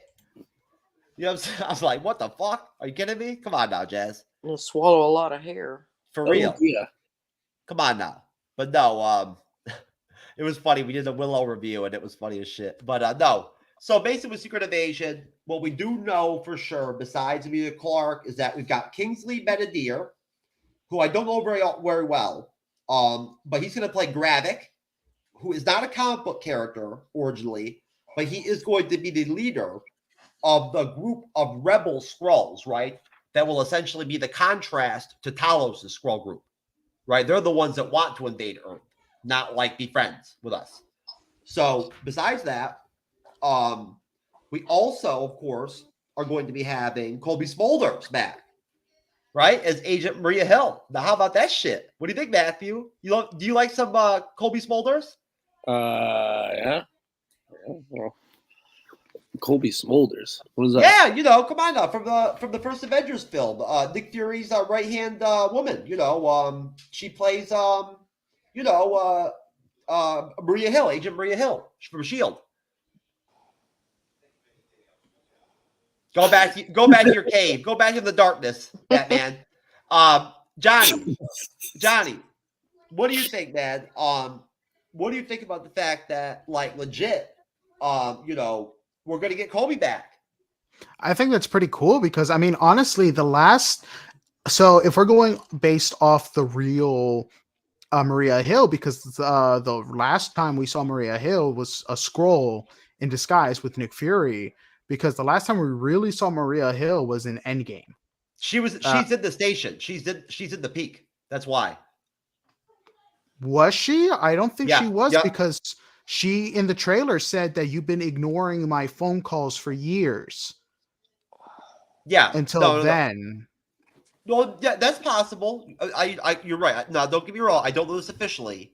I could be wrong, but I believe that, you know what? Maybe she was, maybe she had to sub, maybe she jumped in and she actually had to sub in for Captain Marvel's butt double. Bree's butt double. Maybe Bree's butt double got sick, and then Rhea Hale had to jump in and sub in off the bench. You know? So, she had to be a team player. And that's why she wasn't around. Hey, it's very tough work. It's very busy and, exhausting and long hours work being Bree's butt double. Come on now. I mean, hey, we've all seen the picture. What else can I say? Bring it up. Bring up the picture. I've got to. Hey, come on now. That could have been shut. If you kind of look at that might have been CGI'd off a little bit. She may have a better butt than that. I mean, what would even be the point? Look at her wait a minute. Hold on. I don't really look look as a Where man, does her right? spine end? She doesn't even have a spine. Her leg doesn't really look like. Look at her. Her left leg doesn't even really look. It just looks like a fucking leg, man. I don't know. Who knows? Let's get another picture of her butt and see if it really looks like that. Look, all I know is this. Mr. Skin. I'm going around the panel right now, all right? Come on now. Brian, you tell me, okay? Would you even want to grab her ass? I'd be willing to, given the opportunity, but I'm a married man. So, you nasty motherfucker, dude. Great answer. Oh shit! Wait, we got some new shit. Oh, we got sex finds now. Sex find biz. Free virtual girls chat. Fuck that. That's weak. That's weak ass shit. I want the. Come on now. Look, bots. Don't be coming in this comment section unless you're dropping those links about how you're going to give me a blowjob through the fucking screen in your live stream or whatever, or on your website. I want that shit. That is a mutant power right there. I don't know. 69 mega seems like a very trusting site. Hey, listen, if you could give head through a screen, then hey, you should join the S-Men. Hey man, with chat GPT or whatever the fuck the AI thing is so Johnny, it's possible with AI now, man. Johnny, before I go to Renee and that Matthew, Johnny, what do you think? Would you grab that ass? Yeah. Okay, you would. Okay. All right. Renee, would you feel inclined to come from behind and grab that ass? No. I didn't think you would. No matter what it would look like, I would have no desire to grab another woman's ass. Now, if it was Tom Hiddleston's, hell yeah. See, I'd be afraid that if I even just tried to grab her ass, it's so small, my finger might insert into her asshole on accident, right? And we can't be having that, So, what do you think, Matthew? Would you grab that ass? Is this with consent or without consent? I mean, look, since this is a hypothetical, fucking crazy, fucked up, bleeding edge style question anyway. It's whatever you want, bro. All right, so with consent. Yeah, you grab her out. Okay. With consent. We chopping this shit up. Okay. I second that with consent. With consent. Me too. Well, I'm actually an abstain, so. And so does Jar Jar. He's like, nah, I don't need no. That's Jar Jar. Jar Jar, right there. He's consenting too. He consents to that eating that fucking leg or whatever. There you go. Jar Jar would be in love with her. He would just be her slave. No, I don't even think. I think Jar Jar's asexual. To be honest with you, I do. I don't know, man. I don't know. Watch didn't he one more time? Didn't he have a love interest in the Clone Wars TV series too? I don't know. Maybe it was her. Was it Chloe? You ever watch Jar Jar porn? No. No, but I have seen drive-in porn. All right. Oh man, I'm telling you, Johnny, Brian, Renee has told some funny ass stories in the past about how back in the days, right? Because she's like, because Renee is a senior citizen and shit. So I'm very old. Quite old. She's AARP and all that. So I actually, reviewing history, I can actually remember history. So I lived. That's right. Yep. Where were you when John F. Kennedy was shot? I was actually on the playground in elementary school. I was in the 3rd grade. We actually were having a field day. It was in November. It was a very warm day. I remember it. And then we were called off the playground. It was getting toward the time to go anyway, but we didn't know what was going on. And so when we got into our classrooms, and the teachers told us, and at that point they sent us home. And it went from there. But yeah, I very well remember it. Yeah, I can't even imagine that. A likely story. I can't imagine that. I really can't. Very, really it was real. No profile picture. It's a really shaky story of where she was when John F. Kennedy was shot. She-Hulk. I blame She-Hulk. What's up? I blame She-Hulk for JFK assassination. I do. Oh, She-Hulk. Oh, you want me to know who She-Hulk shot John F. Kennedy. I blame She-Hulk. Yeah, it wasn't Jack Ruby. Look, I'm planning a new series of shows where I'm gonna prove factually that all the most catastrophic historical events in history, human history, were caused by the She-Hulk Disney Plus series. All of them, in some way, right? And then, Brian, what do you think about this concept, Johnny? Too. What do you think about this premise? A what-if show, right? Where every episode, the what if is, what if all the fucking men in history were like the fucking cuck, weak-ass, clown-ass dudes and shit in She-Hulk and whatnot? How would things have flushed out for the human race? You know what I'm saying at that point, right? We'd How would still be things in the go? Stone Ages. There we go. So, like, the first episode, right, would be like the guy that creates the sanitary napkin for women, the first like tampon or whatever, right? He doesn't create it. He kills himself. I'm sorry. What was that, Jeff? Can you repeat that? The guy who creates the sanitary napkin, because a male, Okay, a men. Hang on. Look, Google it. The person who invented the sanitary napkin was a woman. Okay. Was it Bree's butt double? No, I don't think so. It was an African American woman. Oh, okay. Well, then at that point, that means a lot. That's very important. Well, just that. No less than that. It was actually a woman who okay. But come on, think about it. What did women do before that? They made their own at home. You know, men didn't make. They didn't go in there and sew up whatever they had to make for it. They used cotton batting, and whatever, and they would make them, and then they would use them as, you know, every month. That's what women did, and men had no clue what was going on because, you know, it's all icky poo for you guys. That's actually very interesting. I did not know that history.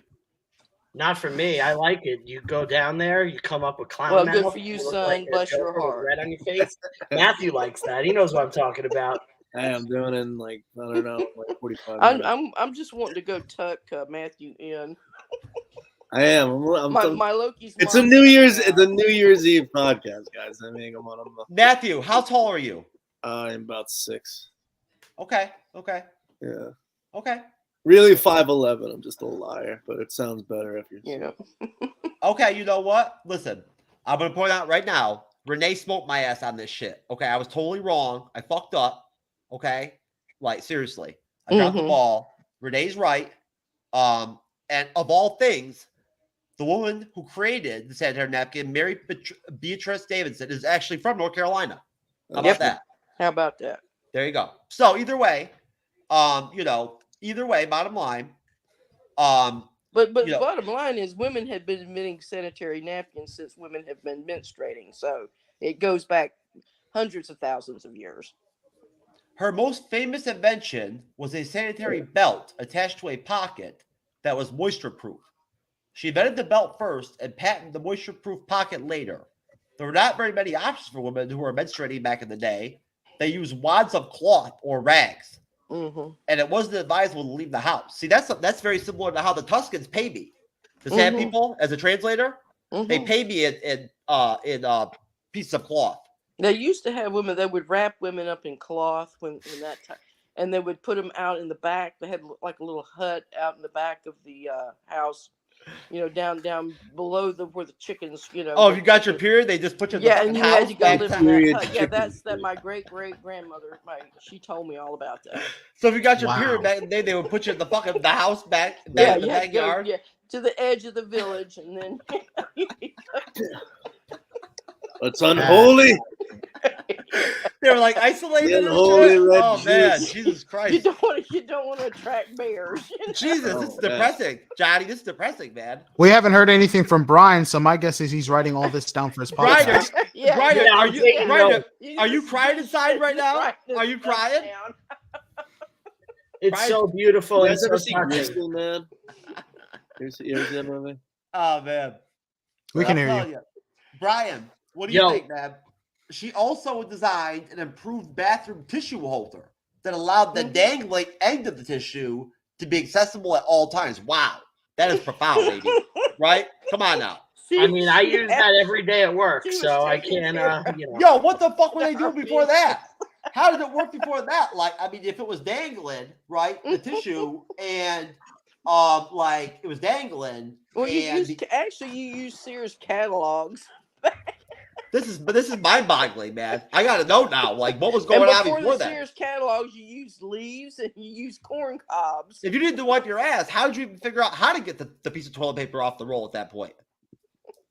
Would you have to like call Miss Cleo? Yep. I mean, come on now. Anyway, so back to phase 5. Yeah, get folks. back to the show. I think Yeah, we've back to lost phase the 5. argument.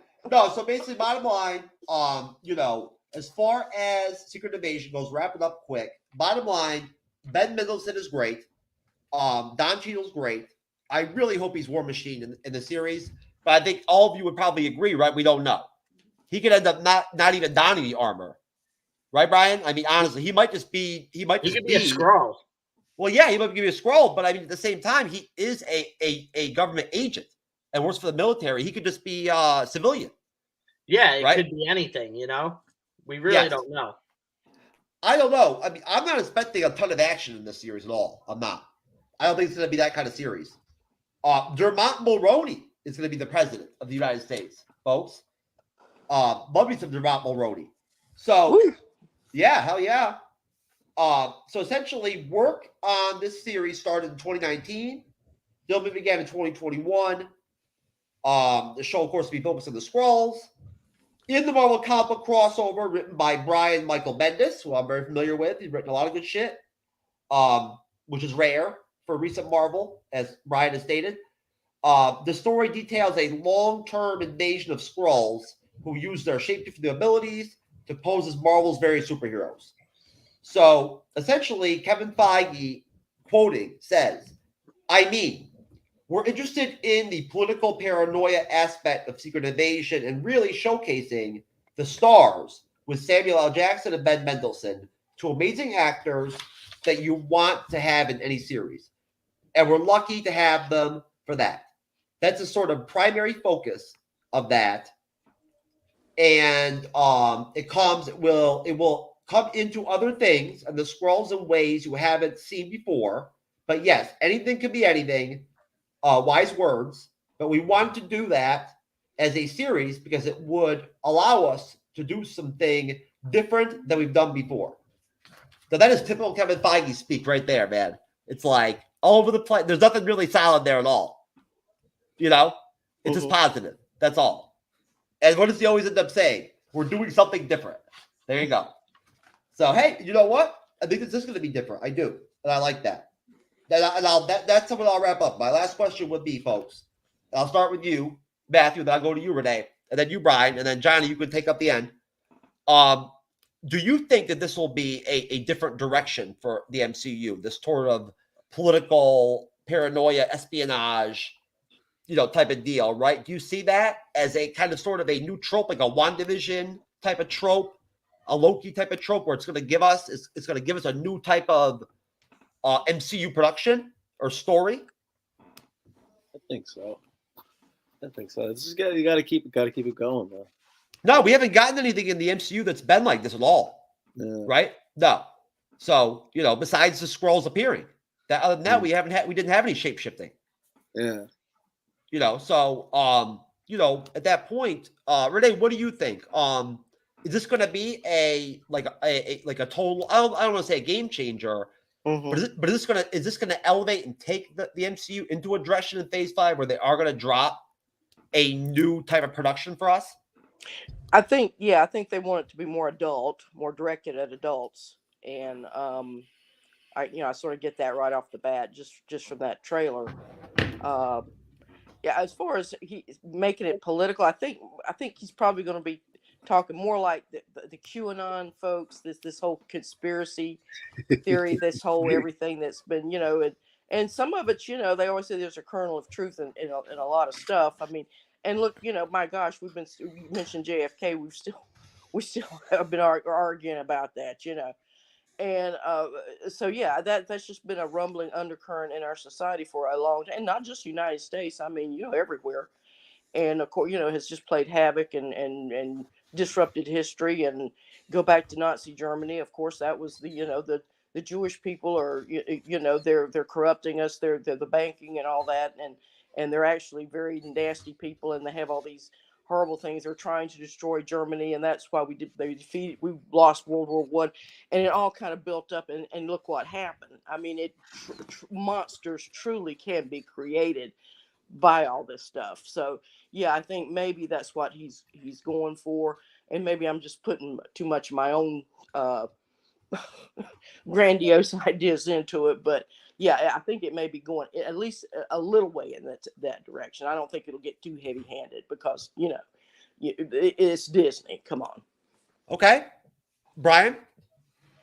What's the question? I'm sorry. Do you think that this show will definitely give us or showcase another different trope type of show production for Marvel, like a WandaVision type of thing, where it's going to be something totally different? Yeah, I think it's going to be more like what Andor was to Star Wars. That I feel like Secret Invasion is going to be that for Marvel. Mm-hmm. Definitely. Okay, most definitely. Johnny?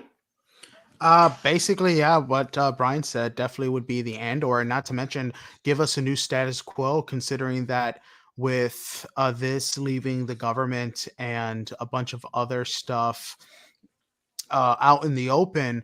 I mean, it will probably help us lead. Of course, we already know it's going to Armor Wars, but when the biggest thing is Captain America, Brave New World as well. It'll probably leave us wanting more of the political stuff in there, considering that it's definitely going to be kind of espionage and stuff like that.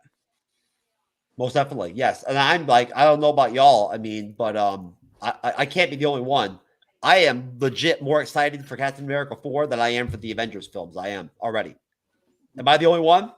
No, you got the leader as the main villain, who's a Hulk villain. So seeing that as the big bad for Captain America would be interesting to see.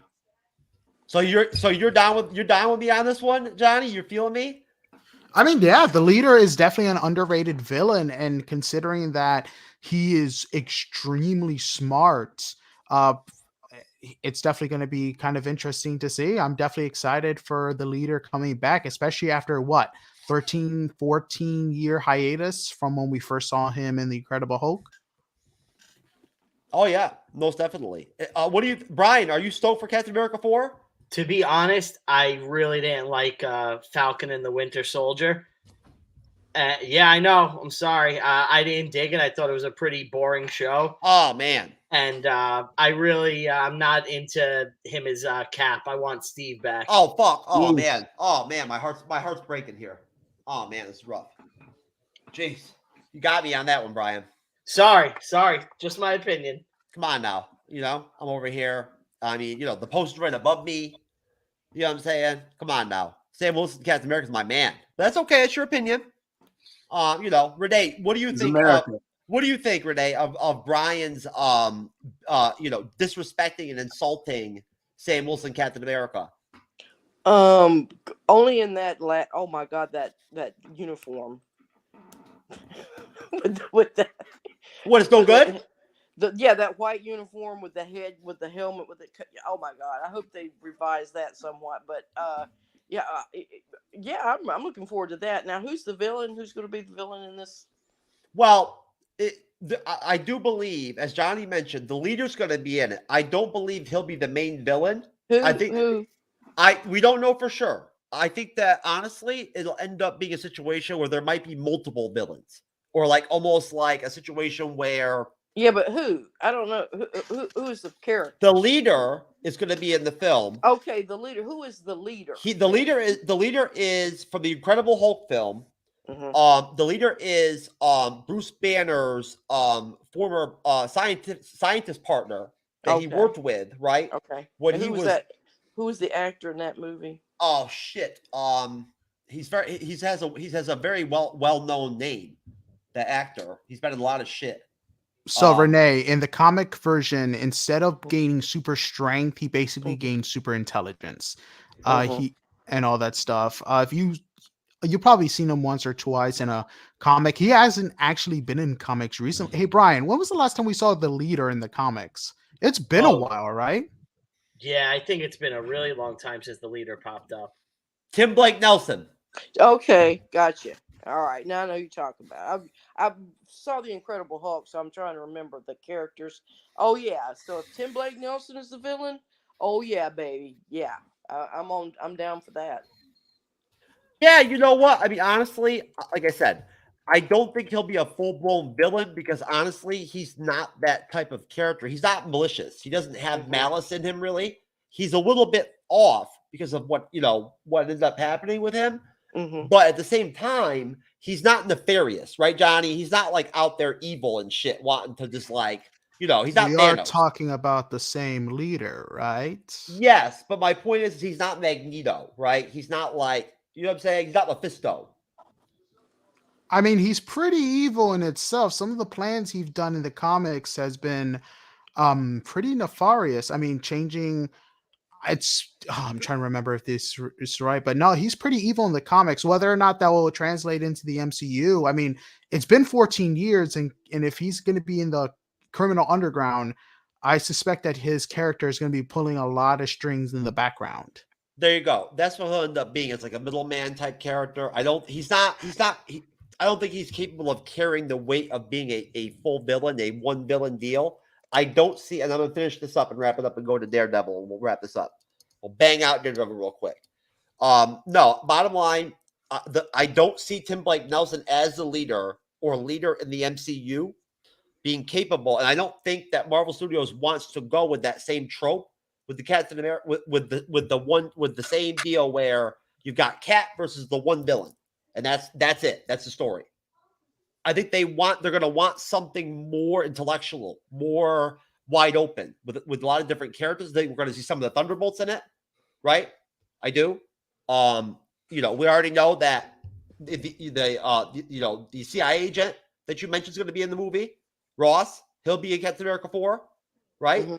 Red Hulk's going to be in it. Harrison Ford, baby. Harrison Ford's in the MCU, yo. Come on now. Shit, whoever would have thought about that, Ryan? Harrison Ford, I'm excited for him. I think that's going to be cool when they make him Red Hulk. Did that shit shock you or what?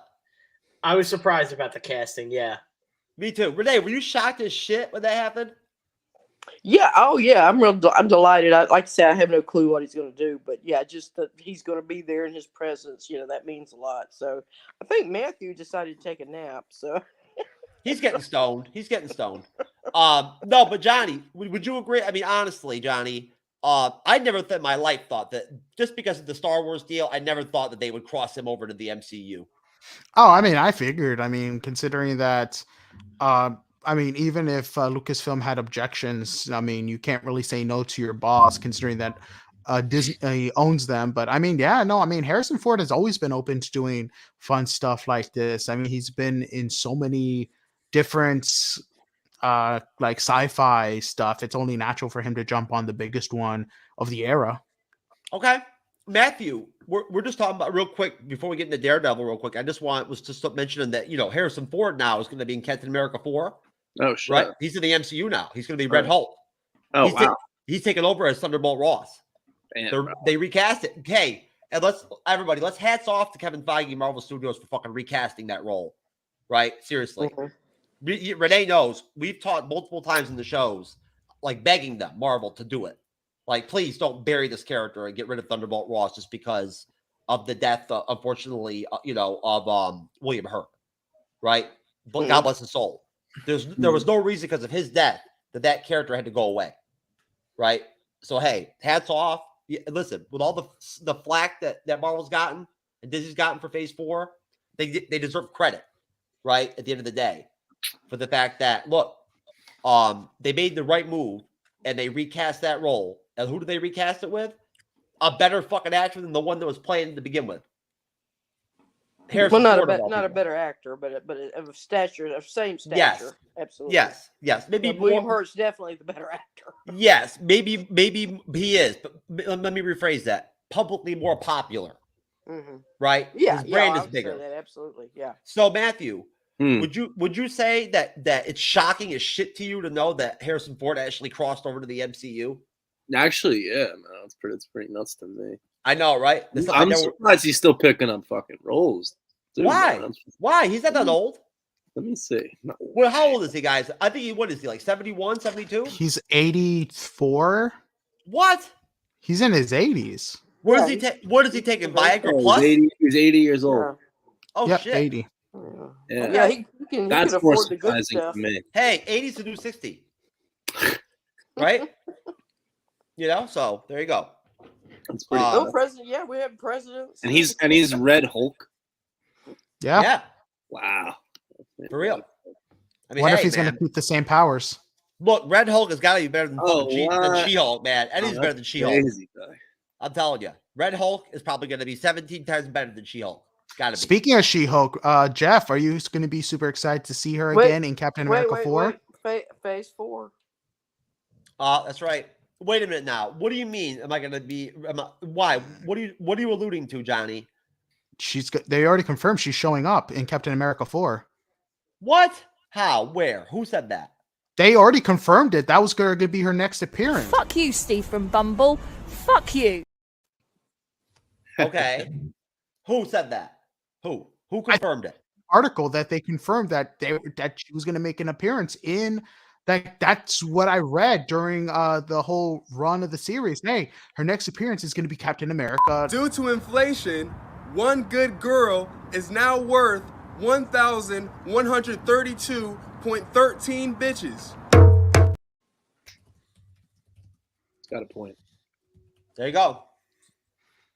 So Johnny, okay. So here we go. She-Hulk rumored for a special Captain America 4 appearance. What is she gonna do? Okay, Dom? so it was Is she rumored. gonna dom Captain America? I don't know. I mean, what would her purpose be in the film? I mean, with the leader being a Hulk villain, I mean, I guess if they couldn't get Mark Ruffalo, I mean, you gotta have a Hulk. I guess that's what I said. No, you know what it is? It's diversity. At the end of the day, and inclusivity. What is more inclusive and diverse than having a big, tall, green bitch and a black dude fucking? Right? Come on now. You know what I'm saying? That is rare. Right? That's got to be worth at least 17,000 woke points. What do you think, Brian? I mean, that's as diverse as it gets. So there you go. There you go. Hey, look. Come on. And that's and you know for sure that's going to happen. Yep. Why not? I mean, shit. That's all She-Hulk does is fucking But dom you know dudes. for sure. But why not? But you know for sure it's going to happen. What's that? What you just said. I don't know what the fuck is going on with She-Hulk at this point, man. Are you but kidding don't me? get mad about something that you just made up that you think's going to happen, then get mad about it. Listen, I'm not mad about anything. All I know is at the point that I saw that fucking George Costanza from Seinfeld show up in the finale of She-Hulk and shit, I was like, yo, I don't even know what's going on at this point. Yo, George from fucking Seinfeld was in the finale of She-Hulk. That's Hulk's son. Jason Alexander's a great actor. Hulk's son Scar was George. Oh, is that? Oh, okay. I was wondering where you was coming. Brian, will you laugh, you son of a bitch? Come on now, you know it's funny. Come it's on. good. I love a good Seinfeld reference. So. Hey, come on now. That was George, dude. It was. Yo, why the fuck would they make Scar look like that? I don't know. Wait a minute. Phase 4, Jeff. Oh man. Daredevil, folks. Okay, so anyways, no, but okay, so no, Johnny, you're right. You're right. I will confirm it, and I'll give you props, brother. It is heavily rumored that She-Hulk is going to be Captain America 4. We'll see what happens. Now, as far as Daredevil goes, so this is actually pretty quick to bang out. This is not going to take very long. We don't know that much about Daredevil. We don't. The premise of it is very simple. It's based off of a storyline in the comics that was written by Frank Miller. Does anyone on the panel not know about Frank Miller? Yeah, I even know about Frank Miller. You know about Frank Miller? I said I even know about Frank Miller. Oh, you know about him. Oh yeah, I like Frank Miller. I've read some of his comics. Matthew, you know about Frank Miller? I know about Frank Miller. All right. Johnny, I know you know about Frank Miller. Of course. And Brian, no, of course you don't know about him. Oh yeah, I got recently bought the issue where Bullseye kills Elektra. Oh, but you know what though? Based on what you were saying earlier, unfortunately, you weren't collecting when he was really writing like heavily, like I was, right? Yeah, because I'm older than you. That's all. Yeah, you're older than me, so I Yeah. have a lot of it in back issues. Or I Yeah. have it in trades. Yeah, no, Frank Miller was active when I was collecting. You know what I'm saying? Like he was Uh-huh. writing Daredevil. Like that's when I got into Daredevil. Daredevil was one of my favorite comic books when I was a kid for years. He was. I loved him. Just what Frank Miller did with that character, the direction he took it was fucking dark and like fucking so rare and distinct and unique. In Marvel Comics, there was no one else like him. That's simple. No one was like Daredevil. I mean, he took and the characters he brought into that universe. I mean, look at it. All the chicks that he digs and falls in love with and shit and bangs end up becoming crazy ass psycho villain bitches, right? You know, like Elektra and shit and whatnot, and Typhoid Mary. God, I want to see Typhoid Mary in the MCU. I do.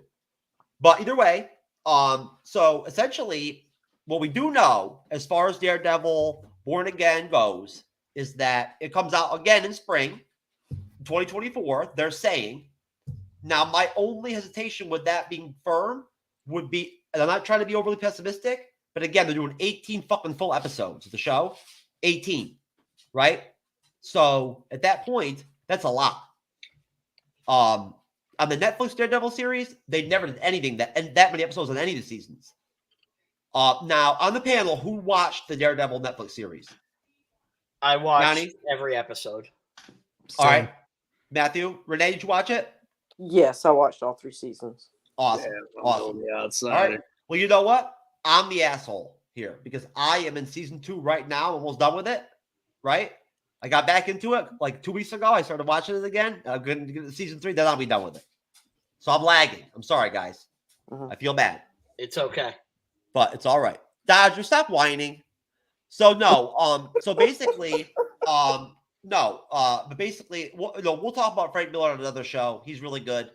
I've got. I'll tell you right now, Brian. If anything, if I was going to buy some classic comics, like some DC comics, I get that Frank Miller Batman run, that Dark Knight run. Mm-hmm. That would be dope. Dark Knight Returns. Dark Knight Returns. Yep. No, but so basically, we're going to get essentially, I believe, almost the entire cast of the Netflix series back. We don't know for sure officially. What we do know is, of course, Charlie Cox is back as Daredevil, you know, and he definitely deserves it. We do know Vincent D'Onofrio, who Renee is a big fan of, as Kingpin, is back, right? And he was fucking awesome as Kingpin. And real quick, before we go into the boarding, I just want to ask this one question about the Netflix series. I'll start with you, Brian, right? Brian, you tell me, in that first season, but just real quick, I'll give you 2 minutes. What do you think about that dichotomy between the Kingpin, Wilson Fisk, and then Matt Murdock, Daredevil, and how that dynamic plays out across the span of the first season? And like, I mean, at that, and like, how would you rate, or how impactful, how great did you think that first season was? The first season to me is probably the best single thing that the MCU put out. The fight choreography is incredible. That hallway fight is hands down one of the best action sequences they've ever put down. Even in season 2, they've tried to top it and they failed. But those 2 guys, Charlie Cox and D'Onofrio, they nail the characters. And season 3, they actually had my favorite Marvel villain. They brought Bullseye in, and I thought they did him in a pretty cool way. And I'm really hoping that he pops up in this new season. Okay, Renee. Oh yeah, definitely is excellent TV series just on its own. I mean, the comic book aspect aside of it, because it really got into a lot of internal issues, and it didn't play him up as a hero. Really, I mean, he was struggling with what he was doing and getting beat up. I mean, it really starts out real primitive with just a scarf or whatever, kind of like pulled over his head and whatnot. but he had those coming to terms with his echolocation abilities and all that. And then, of course, he plays off so well with Vincent D'Onofrio doing, and I've said it before, and I'll mention it again because he just nails it. So he does Noah Cross from Chinatown with Charles Foster Kane and Citizen Kane, and sort of creates that character. And if he just does it so well, and just he has that, just I mean, he just thuds when he walks, and just you can see the weight of his character and his power, or whatever you want to call it.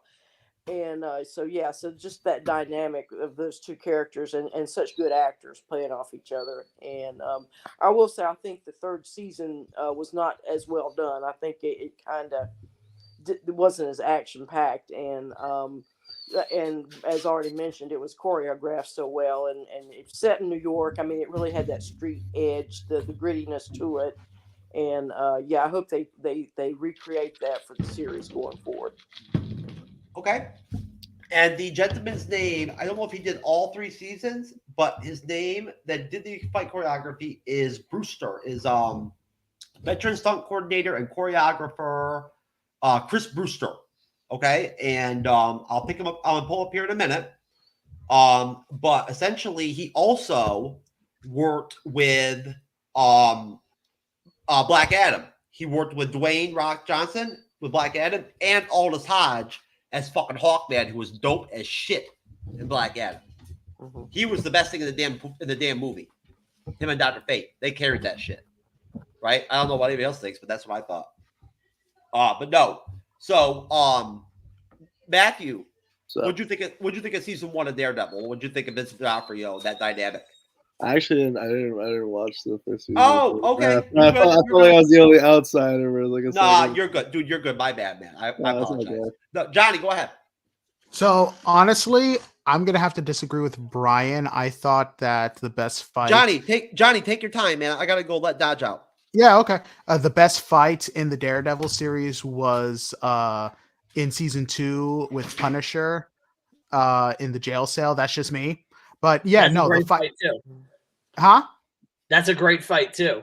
Oh yeah, especially when the prisoner falls and on his shirt and he pulls him off, and you see like that skull symbol thing with the blood. But anyway, I thought DeFario and Cox's chemistry was brilliant, especially when they finally fought each other face to face. And just going off of that, it was just incredible seeing these two giants in their own world, the Defender and the Conqueror, just going at each other with whatever. And DeFario's acting was brilliant, especially when he took, my personal favorite scene when I'm like, he is the Kingpin, was when he took off the head of the Russian brother with the car after he got interrupted on the date. That I said, this is Kingpin. Oh, the car scene is freaking yes. awesome. That is when I said, this is the Kingpin. And especially with Murdoch, with Foggy and everything. That's what I loved about the TV show. And it balanced everything so well, especially when you saw how Kingpin was affecting the law side. I mean, with the one killer that Murdoch was representing until he was like, they got to the jury section, and you're just seeing how everything is building up to that point where Murdoch was going to have to face Kingpin for that final confrontation. And when he finally wore that suit, utterly brilliant. I have no idea what the hell Dodge's deal is and whatnot tonight. And he was doing this last night too. He's over here. He doesn't want to go out. He's wanting to cry and shit and bark at the door, wanting to go into the family part of the house and whatnot. I have no idea why. Who knows? You never know with Dodge. He's a strange guy. He's the silent third co-host, of course, of the MCU's Bleeding Edge. Right, Dodge? You son of a bitch. Anyways, so what did I miss, folks? Did anything interesting happen? We're just talking about the show and the fight choreography and stuff like that. Okay. Okay. I'll tell you, the other day I was thinking about it randomly, how weird it would be if one day my penis just fell off when I woke up in the morning. I woke up and my penis fell off, right? Completely detached. How fucked up would that be? Right? I'm just not as fucked up as that, just that thought coming into your head all of a sudden based on seriously. the previous conversation. Yeah, I mean, hey, look, this is the bleeding edge, baby. Right. Right? Oh. You gotta be ready. What does that have to Jay do with Lorena Daredevil? Bobbitt. You know, Look, What scene was that? What was that scene in Daredevil where his penis dropped off? Listen, on the bleeding edge, anything and everything can be connected in some way to scatological sexual humor, right? It's that simple, okay? It can always be done. Also into the inner reaches of your mind, also, Jeff. That's right. And you know what? Never had one single complaint from YouTube in over a year and a half. They never said one word to us or me about a damn thing I've ever said on here. I'll tell you right now. Look, go back and watch some of our old shows. I've said some fucked up shit before on here. I'm telling you right now, I have. This is crazy shit. And some of the shit I've said as a guest on other shows is even crazier than that. That's the real crazy shit. I saved that for guest appearances. Like good shit. Would you say you're the Alex Jones of the? Oh, please, come on! Don't connect me to Alex Jones, bro. Yeah, no, he nothing like Seriously, that. bro. Come on now. Please, I don't know what. Come on. Are you busting my balls? Are you joking, or are you actually like somehow tangibly? It was right about the Epstein Island thing 10 years before prior. Wait a minute. Not right about a lot of things. Wait a minute. What is the premise here where you relate me to Alex Jones? Oh, I don't know. Do I come off like I'm a far right conspiracy theorist? No. You know, slash like Yeah, I you think know, I think I was a cheap shot, Matthew. I'm health sorry. supplement. Not a cheap shot. Pusher. Anyways, that's funny. He's, All right, you know that's what? more like if you remember Howard Stern way back in the day. I mean, when he was really outrageous. I mean, that's more like what Jeff is. Oh, okay. All right. That's very interesting though, Matthew. I'll tell you right now, man. That's funny. I enjoy that. I do. No one's ever related to me or connected to me with a figure like that before ever in my life. Alex So. Jones, no? That's some new shit for me. Yeah, it's never I happened. was watching Tim Dillon and Alex Jones on the Joe Rogan show earlier this week. So it's nothing personal. I don't think I even like or I would get along with him, Alex Jones. Yeah, I met him in person. No, he's pretty crazy. I don't really like his demeanor and his more than pretty crazy. His ego is very bloated, right? He's full blown insane. No, and legit, like he is if anything, he's a showman. He's not afraid to embellish shit and fake shit, right, for like money and shit and for stats, all that. Mm-hmm. Wait a minute. Are you telling me the vitamins that I bought from Alex Jones aren't going to work? Anyways, no. Look, it's going to work as well. Daredevil. Hey, Daredevil, go back to Daredevil. Okay, so anyways, as far as Daredevil goes, right, now, as I said, Charlie Cox back as Daredevil, of course. We got Vincent D'Onofrio back as Kingpin. We're going to get Alaqua Cox, Echo, right, coming off her series, where Daredevil will be in that, and Vincent D'Onofrio will be in that, too, so we're going to have that connective tissue, that tie-in, okay? And at that point, also,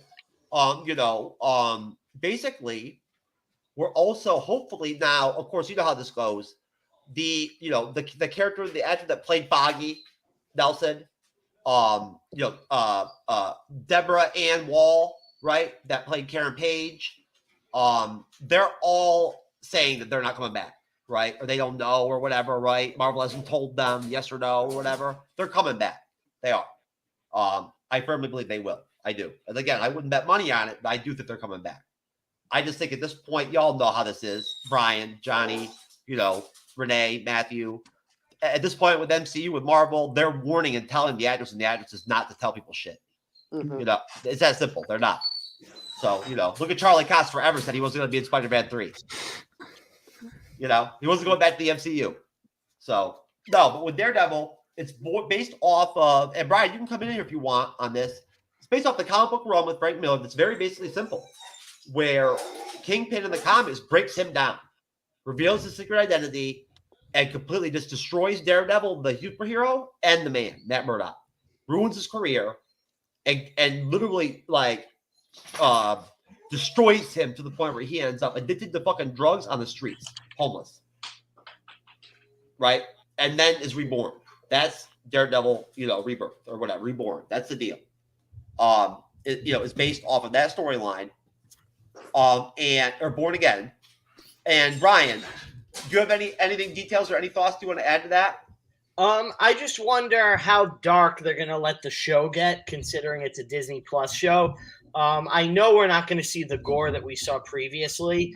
I know that I think they've already said that, but I'm wondering how dark they let the show go. Like Karen Page in the past has like done pornography and like been hooked on smack. So like, are they going to go there? You know, I wonder. I doubt it, but we'll see. You bring up a good point, Brian, and I'm going to go around and ask everybody about this. Johnny, what do you think? Now, we've all been scared. And when Moon Knight came out, I saw it as like almost like a metric as to how Daredevil might be in the MCU, right? Coming off Netflix, as far as how the graphic violence would go, the blood and whatnot. Moon Knight did not make me very confident for Daredevil. It didn't. So are you worried? Are you concerned? I mean, let's be honest. The Netflix series didn't have a lot of gore in the first season. I mean, when Punisher was introduced, that was a different story. So, I mean, gore isn't like the biggest thing for me and stuff like that. Whether when it comes to how dark it can be, I mean, who knows? Disney has always surprised me on how dark they're willing to go. I mean, think about it. They did The Hunchback of Notre Dame, and that got pretty dark at times, if you think back to that movie. But I mean, from the rumors I've been hearing, they're going to be introducing Punisher, from what the rumors is, to Daredevil Born Again. And who knows, maybe they'll take the comic book in a different route. So that's basically that's what I think. I think we're going to see a different route, and with it being 18 episodes, we're going to be seeing connect the dots, because isn't that what this series is supposed to be, with Daredevil being the leader of the street heroes? Jeff, you're muted. No, real quick. I have to take my dog out real quick and whatnot. But Renee, Brian, step in for me real quick. Okay. What I was going to put out there was, now with them doing 18 episodes, right? Really quick.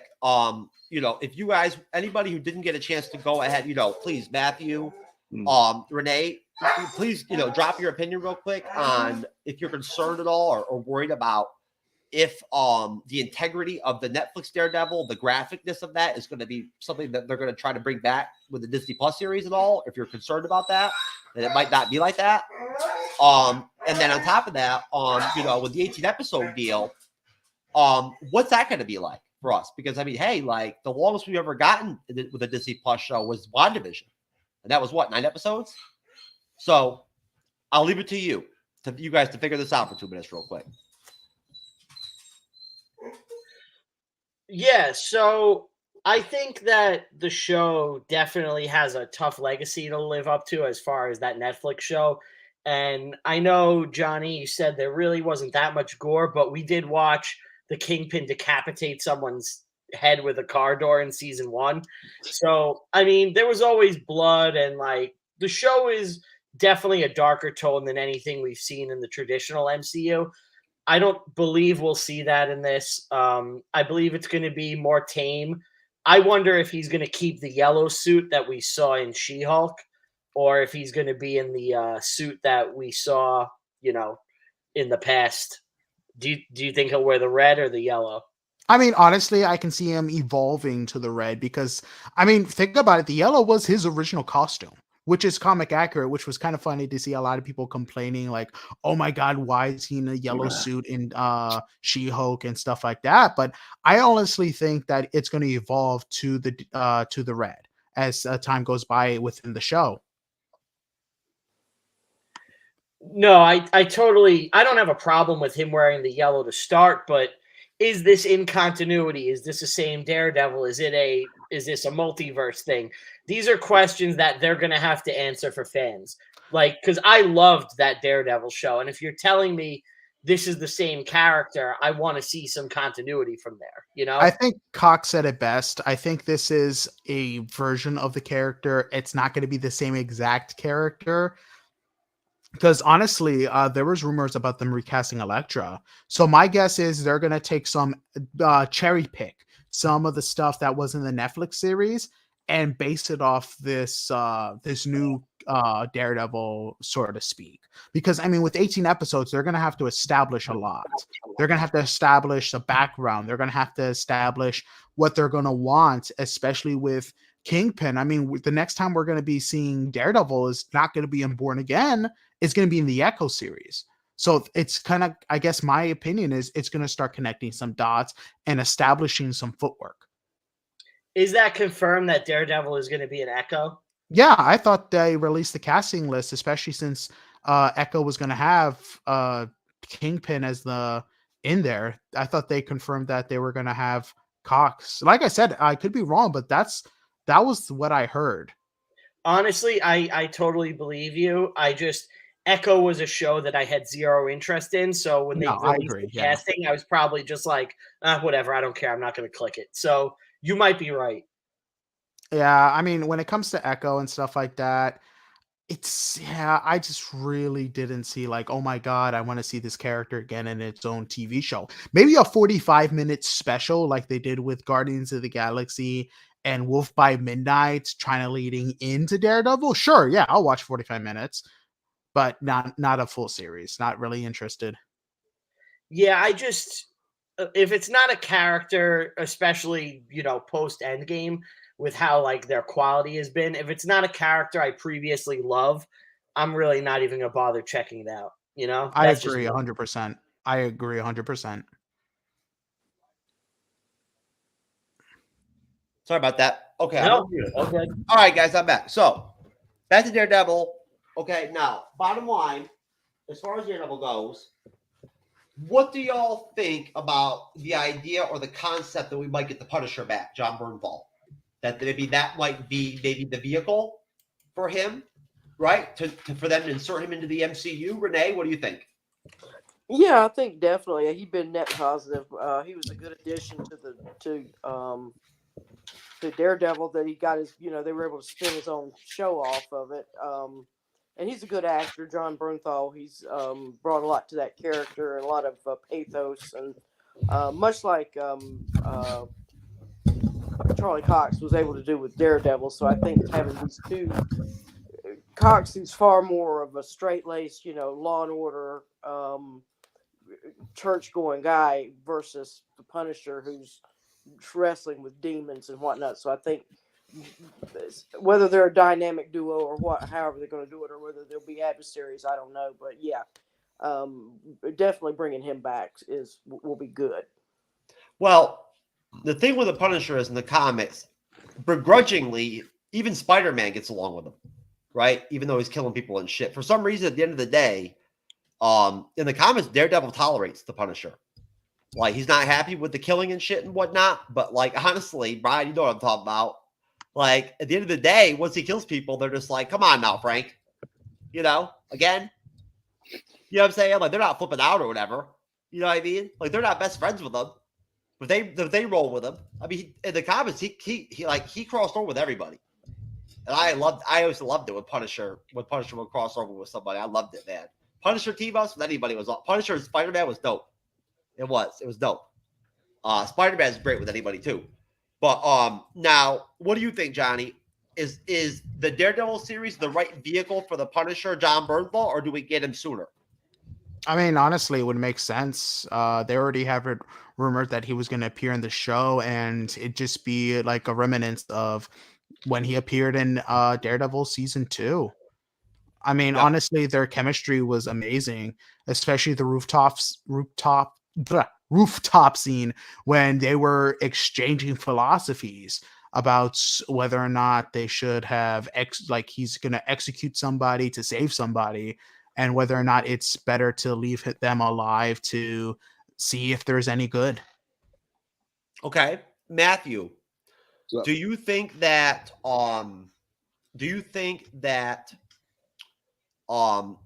that it's a good idea? I mean, do you think that maybe they might want to kind of follow the trope from the films, like what they do with these, like the Thor universe, where you've got those characters with Thor in his franchise? You got the same thing with Cap in the Cap films. Do you think that maybe that they might want to do something like that with some of the Disney Plus series too? Where like, look, with Daredevil coming off the Netflix series, even though, that's not MCU, right? Yeah. Technically, they're saying it's going to be canon.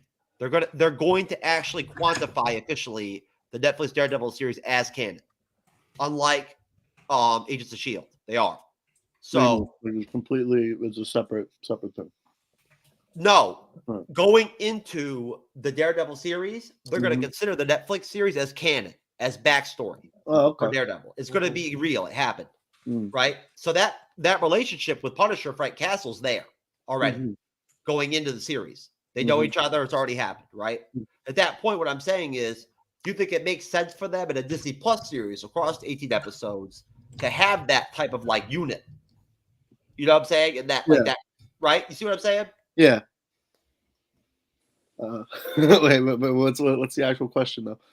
That's it. Like, I mean, similar to how they've done it with some of the other superheroes, and they've had the Falcon with Cap, right? Yeah.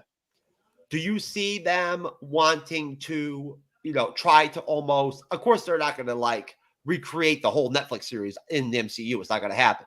Yeah. Some of the characters are going to be gone. They are. Yeah. Elektra's not coming back, right?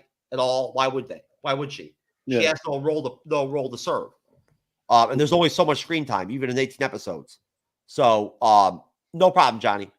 But no, the question is essentially, do you think that across the span of a Daredevil 18 episode series that it helps or it works for them to sort of, I guess, build something, right?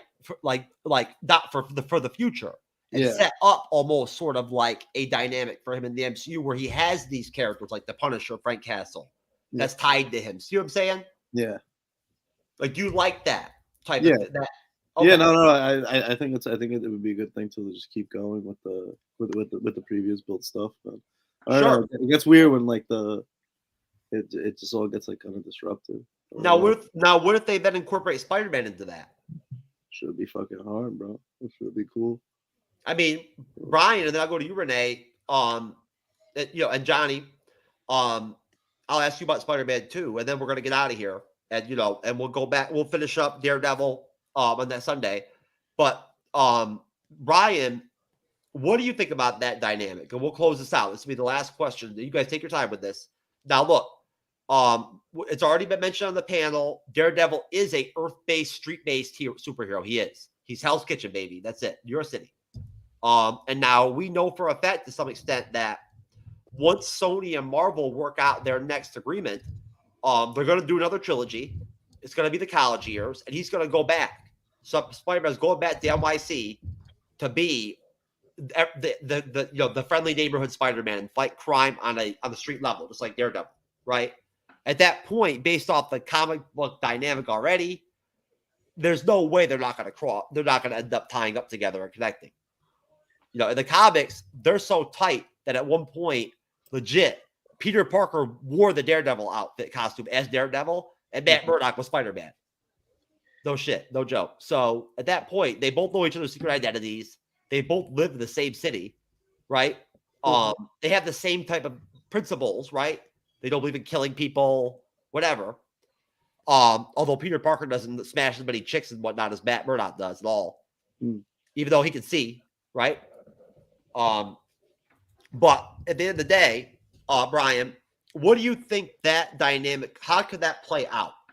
Right. So I don't think you'll see. I don't think you'll see a Tom Holland Spider-Man pop up in Daredevil. Oh yeah, you may get an Andrew Garfield or maybe a Tobey Maguire if they do some multiverse bullshit.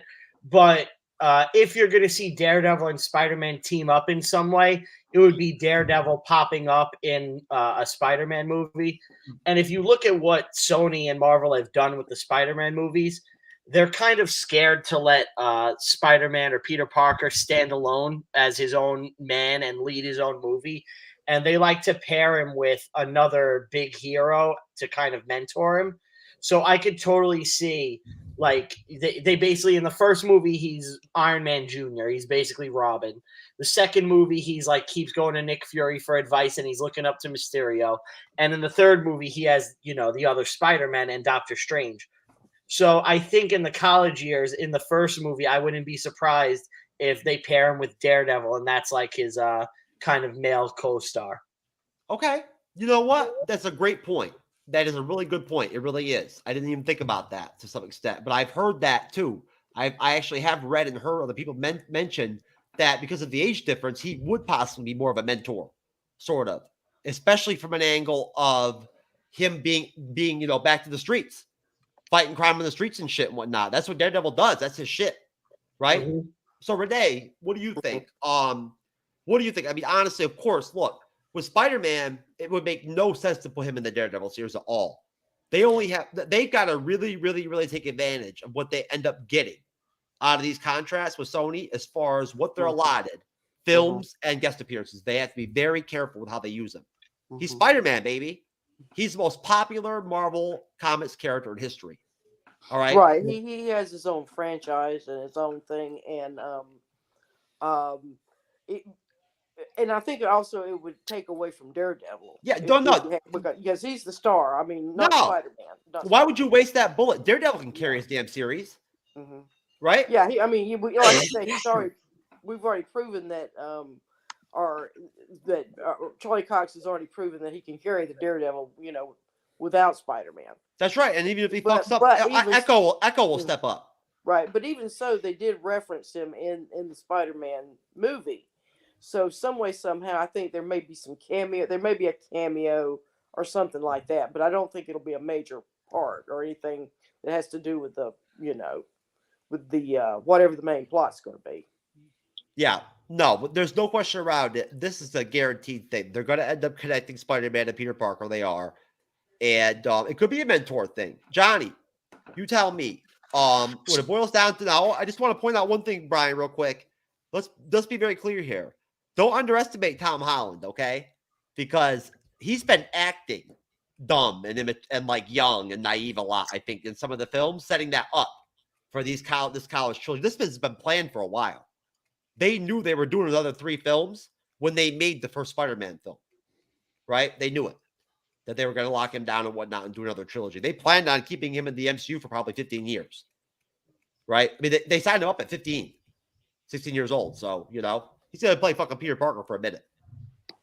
I mean, he's got that look to him, that youthful look to where, shit, he's going to look like he's 22 till he's 35.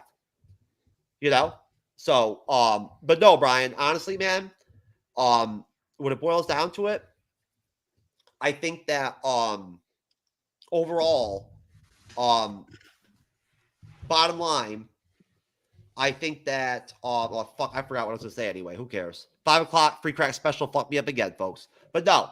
So real quick, Johnny, what I wanted to ask you was, Johnny, what do you think about the fact that, for me, I believe that it's going to be the street-based characters that are going to bring us back, right? Bring the energy back to the MCU. I do. I feel like they're going to be the ones for us to infuse the energy and bring us back and give us some authentic, content and TV shows and movies, along with the low-key stuff, right? That we know is going to be good and whatnot. I really have a feeling that people kind of crave and want that authentic, street-based shit, that genre, those superheroes. What do you think? I mean, I definitely agree. I think that it's going to happen. I mean, there's already rumors of the next Spider-Man film where Kingpin is going to be the main villain, and that's what would make sense. Have Kingpin be the big bad for the street heroes and all that stuff, considering that the Kingpin can carry his own at being the big bad with the political leeway he has, with the amount of money he has to hiring all these people. So yeah, no, then I definitely agree. I wouldn't be surprised if Tom Holland has a cameo in the Daredevil series. I mean, 18 episodes, and it's going to be a court-based show as well. So, like I said, I wouldn't be surprised. Okay, well, look, that one I don't agree with you. I don't, and I'll be honest, and that's okay. We love not agreeing here on the Bleeding Edge. It's one of the most fabulous, most fun aspects of being on here, is when people don't agree on shit. What's fun about monolithic bullshit? Everybody agreeing on the same shit. That's not fun. It's nice when people have different opinions and shit. And when some of them are even like so different that, it ends up with some shit where I'm like, fuck you, or some shit over it, right? It happens, man. What you're going to do is, I'm passionate about this shit, baby. Come on now. You know, seriously. Every time I think about Brie Larson's picture there with the fucking 7-year-old child ass and shit, I am inspired. You know, so but anyway, so well, you just caught yourself on that one. Oh shit, you know what? Fuck. DD Mega Doo Doo. I'm sorry. There you go. There you go. Yep. There you go. And yep. And shout out to Deidre there in the video. But anyway, so back to you, Brian. Brian, what are your thoughts on the premise of the street-based characters, right? Sort of. I know that, right, we're finally supposed to be getting Cosmic MCU to some degree. Maybe not the full-blown shit that they planned. But what do you think about my premise that I do believe it's going to end up being these street-based, Earth-based heroes that are going to give us the resurgence before the X-Men, right? Before the Fantastic Four is going to bring us back from the depths of She-Hulk. Honestly, I really don't know. I'm not that confident in what Feige has done, really, after Endgame. So I really don't know. I just know that when they're closer to the source material, that's when the MCU is at its best. And I feel when they get further from that and they really aren't respecting the characters as they originally were, I think it tends to show when we get things like She-Hulk. So, that's my opinion. I take a wait and see approach, and that's what I'm going to do with this. I'll wait and see, and I hope they don't mess up Daredevil. Well, all I can tell you right now is I wish they would have thrown me into the She-Hulk Disney Plus series, because Jennifer Walters is so dumb and fucking like almost blonde, stupid and shit, to where I swear to God, I could pull off with her on camera. And this shit would be intense. I can pull off pull the condom off right before sex and throw it against the wall shit. I could pull it off with her, and she would not even notice it. Right? And that's hard to pull that shit off. That's tough. You got to be talented. That's some serious shit. You ever done that one, Matthew? Which one? The whole, switch the whole, What's this got to do with Daredevil, Jeff? Again? anyways, no, but Renee, what do you think? Now, would you say that you favor the street-based, Earth-based characters more than the cosmic ones? Oh yeah, oh absolutely. They haven't done enough of that. Yeah, that's the one thing I like about you have these are human beings with human being problems and human being failings and whatnot, and also heroics. That maybe they're borrowing a little bit from the either super technology or the mystical based alien technology or whatever, but they're still humans going through all these human problems, and that's one of the things I like about it. I think that's what really makes Batman so great, because he's a crime fighter. He's dealing with, even though these are ridiculous characters, with the clown makeup or the weird Mr. Freeze or whatever. Even so, they're still humans. So that's what I like about it. So yeah. Hopefully I think it'll bring a little bit more of the grittiness to it. I hope they get into some of what has gone on for just the plain old folks on planet Earth, all this time dealing with all these changes and these earth shattering, universe shattering, cosmology shattering. You lost me on Dr. Freeze, man. What the fuck does Dr. Freeze have anything to do with it? What? Where did that come from? Were you not listening to what I was saying? No, I don't know. I was saying that's what I said. I said as ridiculous as the characters like Dr. Oh. Freeze, or if they're wearing clown makeup, they're still human beings. Oh, I thought you were saying that. I thought you were saying that Freeze was going to be a Daredevil. No, God, no, Jeff, please. Whatever. I'm done. I'm just messing. I get your point. Forget it. I get your point. Next question. Ask me another question. No. Ask me a Miss Cleo. Hold on. Cleo question. Hold on. No. Hold on. Let me send off Johnny and Matthew, okay? And then I will ask you, and I'll ask Brian, and then we'll get out of here. Just real quick, I'll let you flush out what it is about those street-based characters that you do love. Now, Johnny, please feel free, and then Matthew afterwards, plug away, guys, and then we'll let you go. All right. Well, thank you guys for having me on. Always a pleasure. If you guys want to hear more of my differential opinions, please check me out on wherever you hear podcasts: Stitcher, Pandora, Spotify, Google Music, and even Amazon podcasts. Just look up Flint Chat with Johnny Flint. I'm on there. And I'll be back this upcoming Sunday. Hey, you know what? I like to hear that. Renee, isn't that good? Isn't that nice to see that spirit? Mhm. That motivation? Absolutely. Johnny, I respect that He's shit. I he's do. a trooper. He's a trooper. I like that. You know what? I respect that shit, Brian, Matthew. I like it when a guest comes on and tells me he's coming on the fucking show that Sunday. Right? Yo, all right, man. Shit. I almost feel like the night she hugged down me again almost. But anyways, go ahead, Matthew. Hey, Johnny, can't wait to see it that Sunday, brother. Can't wait, man. Matthew, plug away, baby. Give me some. Just wanted to say thanks again, Jeff, for letting me on. It was really cool. The Howard Stern, not the Alex Jones of the MCU universe.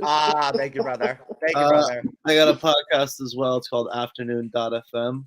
You can actually just go on the website. It's literally Afternoon.fm on anything, and it'll bring you to the Spotify page. It's also on Instagram and YouTube, or you can look me up on YouTube as Matthew Zaytoon. And yeah, man, I'm just it's mostly just a one-on-one chat with like filmmakers, fucking like congressmen, fucking art dealers, one guy who's like a really skeevy porn guy. It's a range of all conversation. Check it out, guys. It was a pleasure. Happy New Year. Hey, you know what? It was a pleasure having you on, brother. Hey, you know what? Nice to meet you. It was awesome to have you on for your first appearance guesting on The Bleeding Edge. Welcome to the show, brother. I'll be back, brother. Thank you. Hey, you better, man. All right? You better be in that fucking cave. You'll probably get the studio next time. All right. Okay. Peace, guys. All right. All right. Peace. Yeah. All right. John. Oh, okay. Johnny's out. All right. Now, as I was saying, okay, Renee, I'll go to you, and then Brian, I'll go to you. Okay, and I will actually do you guys a solid. I'll break this off and make this a segment just for us and whatnot, and I'll put this up on YouTube alone as like a 10-minute, 15-minute segment. Take as much time as you want, Renee, please. I actually do really understand and connect. That's why I went to you about this. I grasp to some extent what it is. It's similar to why I care so much and love and really connect with the street characters, right? You know, the Captain Americas, you know, and you know, the Sam Wilsons, especially Sam Wilson. Honestly, Brian, because like seriously, dude, you got to give the guy props at least for the fact that no super soldier serum, bro, and he's still out there killing it as Cap. Hey, man, that's a major, major drop in terms of like your capabilities, you know. So you got to give him props. I mean, he's putting his life on the line out there. But either way, you know, what is it for you, Renee? Go ahead, point out where you connect with that, and then Brian, take that wherever you want. Okay. Well, yeah, going back to and the crimes, you know, we talked about was, you know, gritty crimes fighting, you know, stuff like that. But aside from that, it gets to the real people, you know, the everyday people that's been having to, you know, we only see the heroics and the people at the top, you know, the history makers. We're only seeing them. We're not seeing what's going on, what the stress of the population is. And I think maybe those shows. I thought that She-Hulk was going to get into that a little bit, and it didn't. It just went ridiculous. Even Daredevil really didn't. But then Daredevil was set, I think, just right after the Battle of New York, because there's one scene in that I do remember where they're in the newspaper office, and you see a newspaper, you know, as they'll, you know, frame them, and it's the Battle of New York is one of the headlines or something, a reference to that. So yeah, that did happen. That event happened in the Daredevil universe. So it has to somehow connect into that, and with what they were going on. And even what I was going to say, the Daredevil didn't really deal with that. It still kind of went back to mundane, ordinary, like what we would be experiencing, you know, because we've never gone through the Battle of New York. It's just minor something that was 9/11, but But if we can see how 9/11 still affects our lives and we still talk about it, and it's how it's changed things in this country, absolutely something like the Battle of New York would have changed everything, and everything else that's happened in the social systems and whatnot. And you're not really seeing that.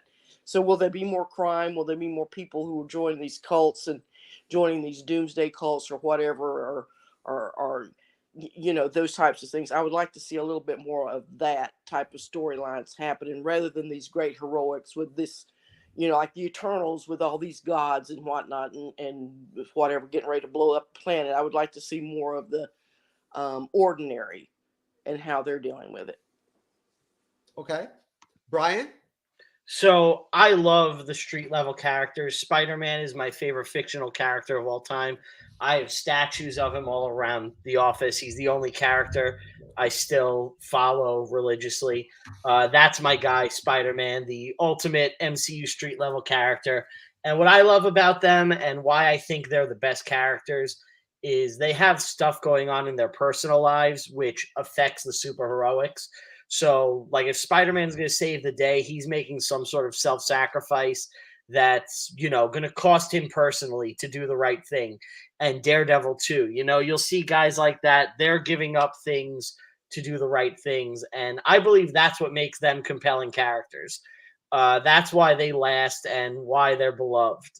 Even a guy like Tony Stark, he has personal stuff going on and the alcoholism and running his company. And the most beloved Marvel characters are typically the ones that have problems in their personal lives, and I think that's why people can relate to those characters. Can I add something real quick? When I said 9/11 was minor, I didn't mean it that way. Mine was major, but in comparison to what would have happened to an alien invasion, 9/11 would be on a lower scale of disaster. But that's I just want to add that. I think that kind of come off a little wrong. Great point. No, great point. You're right. Being from New York, I can tell you right now, if they actually expressed in a tangible, real life way the real damage total of the Battle of New York, what it really would have been like, right? Mm-hmm. What it would have done to the city, right? In terms of devastation, mm-hmm. and like just overall, just like straight fucking like destroying the fundamental aspects of a lot of the infrastructure, right? Mm-hmm. Like just shutting down massive parts of the city completely. Mm-hmm. No power, no water, no nothing. Right? And they never reference any of that. Very little of that is ever referenced in these movies. No, can you imagine? They really need to do it. Can you imagine how much it would have cost probably to pay to then rebuild all that shit in real life? Jesus. Yeah, and I think what when the Segovia, that was about trying to settle these people down so they're not doing so much damage, with their superheroes trying to stop. Why are you doing this? You're ripping buildings apart. And I think wasn't the king that was, or not the king, but something. Yeah, but that was a personal thing. Yeah, so they were trying to rein those people in. So yeah, I mean that was kind of touched on, but even so, No, Brian, you'd agree, right? That was more of a personal thing. That was more of a public media thing where they certain people, governments were feeling like they were looking bad due to them, right? And they wanted control. It was a control thing. They didn't like the fact that these Avengers could just pick and choose when they wanted to fight. Yeah, it's, the governments wanted control and they wanted to rein in the heroes and they wanted accountability. So, if Iron Man is fighting someone and he goes through a building, he would have to pay, or, there'd be some insurance company or something that the superheroes would have to have.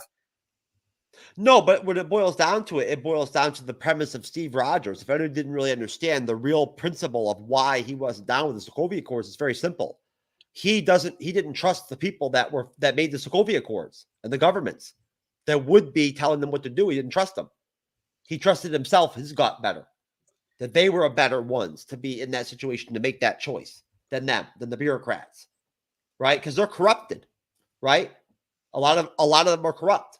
They're tainted, and he views his teammates on the Avengers as not necessarily like him, right? But at the same time as good, ethical, heroes.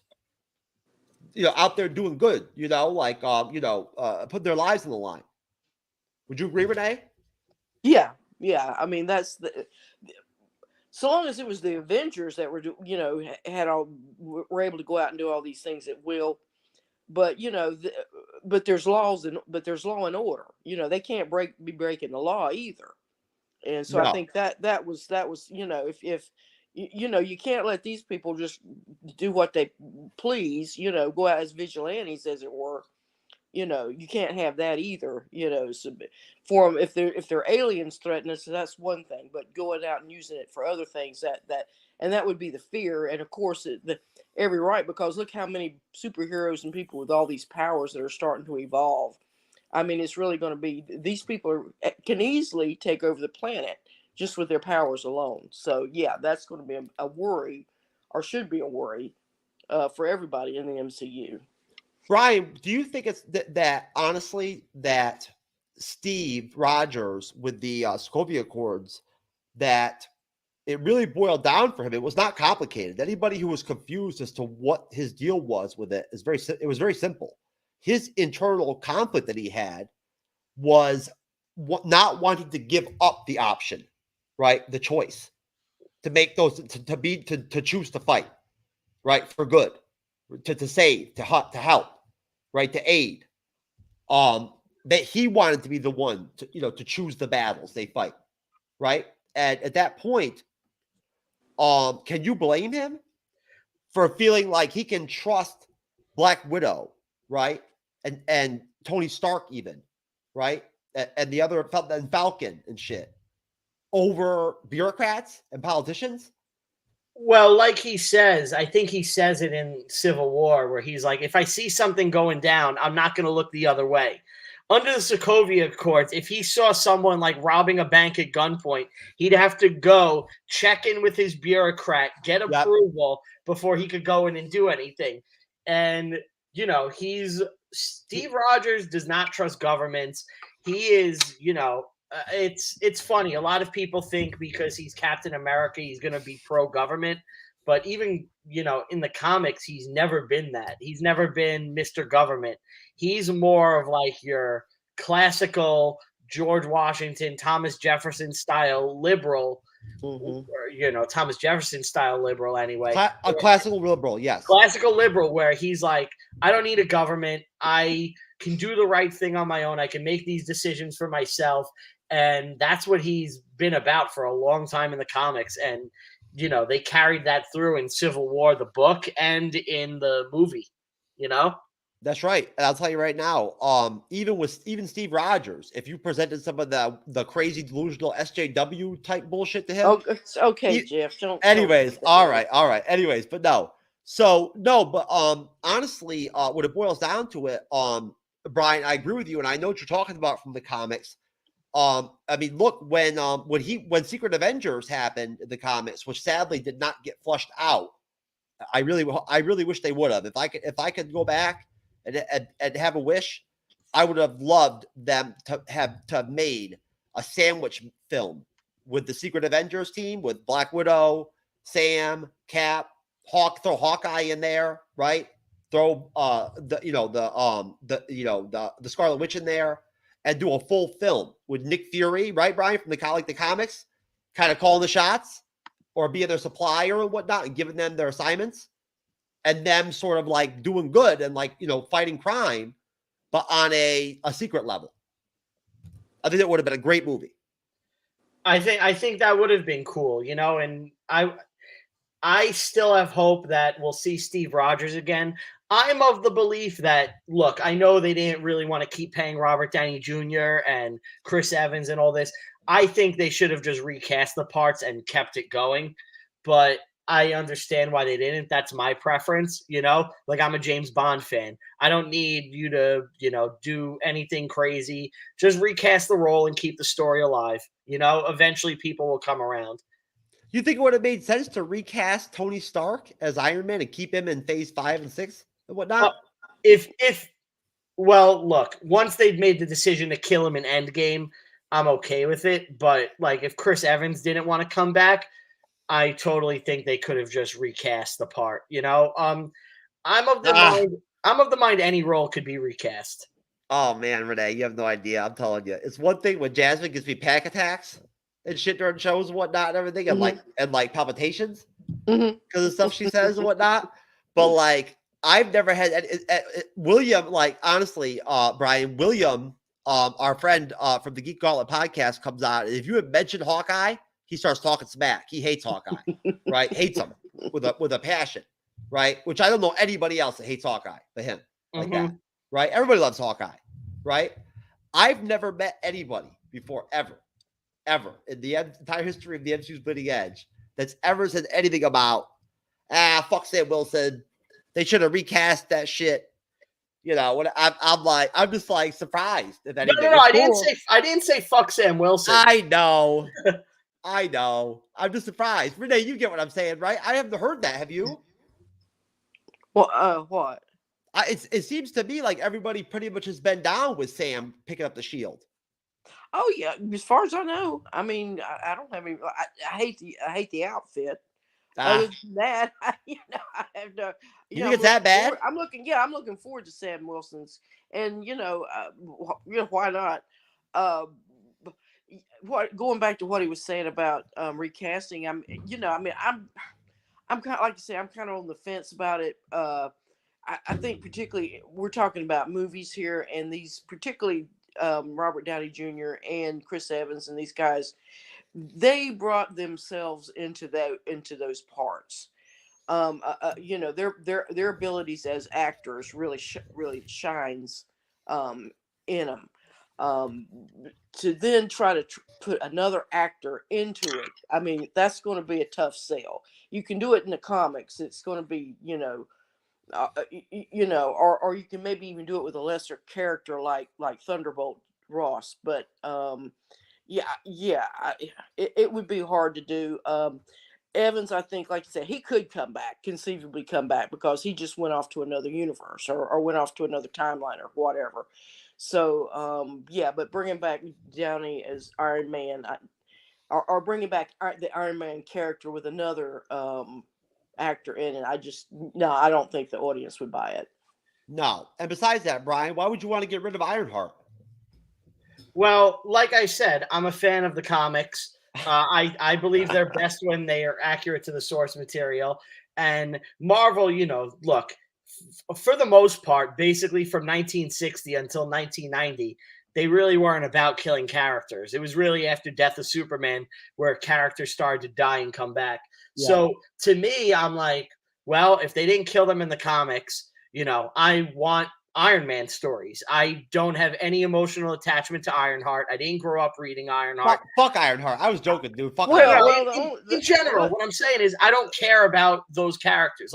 Like I know Falcon became Captain America in around 2012 or whatever. Yeah. I know they did that, but I didn't grow up reading Falcon. I didn't grow up reading him as Captain America. He became Captain America before that too.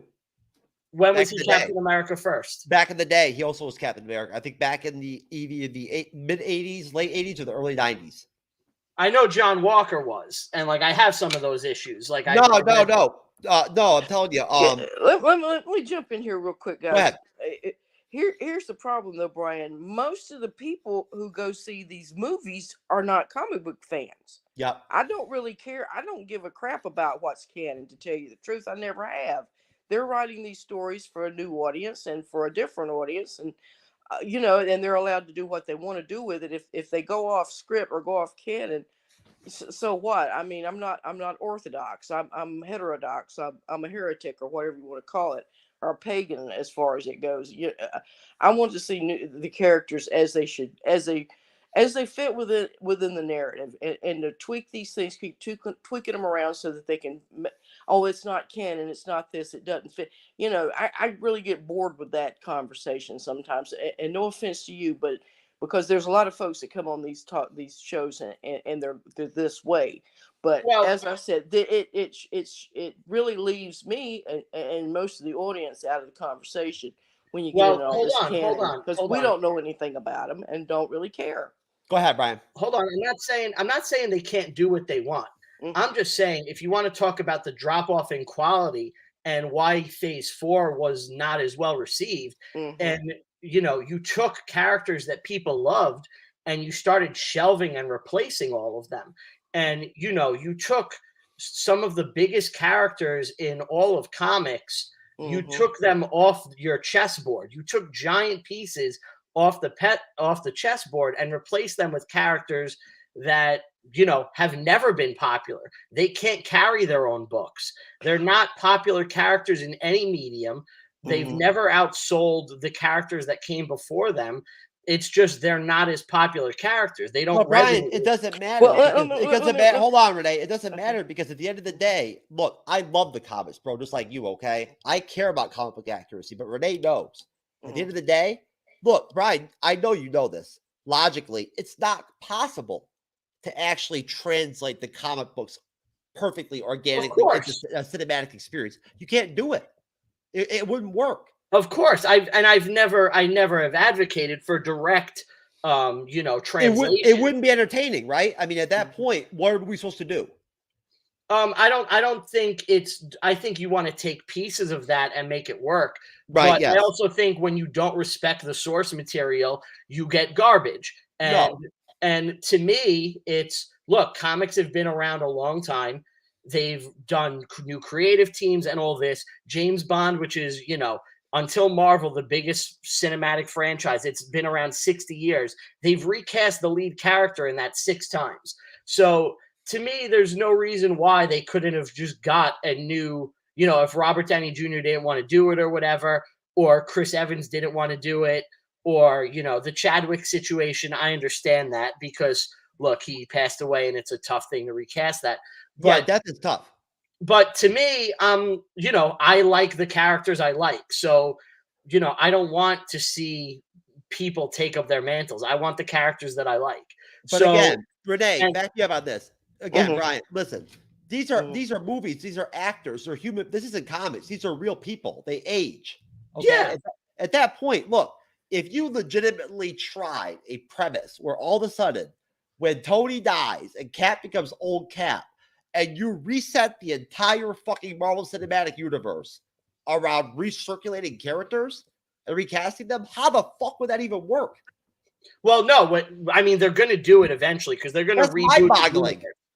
But I just no, they're not. No, they're not. They're continuing to evolve one story. Yeah. Well, let me answer. In Endgame, they didn't have to kill them or make Cap old. You know, that was a creative decision they took. They didn't have to do that. There was nothing forcing them to go down that. No, way. they had to do it. Creatively speaking, they made the right choice. That would have never worked with those characters. Not particularly Tony Stark. Without him dying, that would never have worked. They had to have some sort of retribution. You have to pay for your sins in this world, no matter how much good you try to do to get out of it. At some point, you're going to have to pay for it. I think that's the story. That's all mythology has that mythos or has that ethos. You were talking about. Well, I mean, if you look at the first section of phases, I mean, they were taking things out, you know, combining characters and changing them around and making, you know, Loki was very much switched up from what he was in the comic books. I mean, he has really evolved. So, you know, they don't have to stick to canon and can do quite well without, you know, here's what you have to have: a goddamn good writer. You have to have somebody that knows what they're doing. And what you're saying is where they have screwed up in some of this latter stuff, and I'll agree with you there. I think it's just poor producing, poor writing. They're trying to play to the lowest common denominator. They're trying to please too many people. They're trying to sell products. They're trying to get butts in the movie seats. And I think they're just and plus they've increased their product a lot. So I think they're spinning too many plates, and that's probably the biggest issue right there. As far as they shouldn't necessarily just go wild with changing up the characters. You know, I agree with you there. But as far as whatever went on, you know, like I said, I don't know I don't know these characters. I don't know what's going on. So it doesn't matter to me if they've changed up their backstory a little bit to fit the movie. So I don't have that problem. No, me neither. I mean, hey, as far as I'm concerned, they should definitely take Brie Larson, right? and give her a massive, huge, curvaceous ass in the Marvel. Right, yeah. Instead of the little ass. A huge, just big old Yep. huge bubble butt. What do you think about that, Brian? Would that what do you think people would think about that? I think that her movie would gross exactly the same either way. You know? So Don't you think she'd be like a hero though for getting butt implants? For making that, you know, that sacrifice? I think Brie Larson should do whatever she wants, and you know, whatever will make her body positive and make her happy is what she should do. Brian, am I noticing some type of vibe that maybe you and I connect on a level of it in terms of how we feel about Brie, Captain Brie? I mean, I don't dislike her as much as a lot of people. I know she's a very polarizing figure. I really don't have a problem with her. I don't either. Again, the problem with her movie is that she skipped the line. They got away from the source material and they jumped her character to become, you know, what she shouldn't have been. They should have had, you know, a Captain Marvel first and then, you know, had him die and have her, you know, become Miss Marvel and all that stuff. I think as they've gone away from respecting the source material, we've seen diminishing returns, and it's shown in the box office and other things. Well, honestly, Marvel fucked up with that because honestly, that was the first time before Disney Plus series where they rushed something, a production. They did not, in their plan 5-6 years down the road, right, when they made Age of Ultron, they did not plan the Captain Marvel film. They threw it in. They sandwiched it. They did. Kevin Feige, for some reason, got like love potion number 9, right, with Brie, to where he thought I don't know if you know this, Renee, but Brian knows. I know he does. He legitimately felt and believed that Brie was going to be bigger than Black Widow and the next big thing in Marvel. Mm-hmm. She was going to be the Captain America of the Avengers. Legit.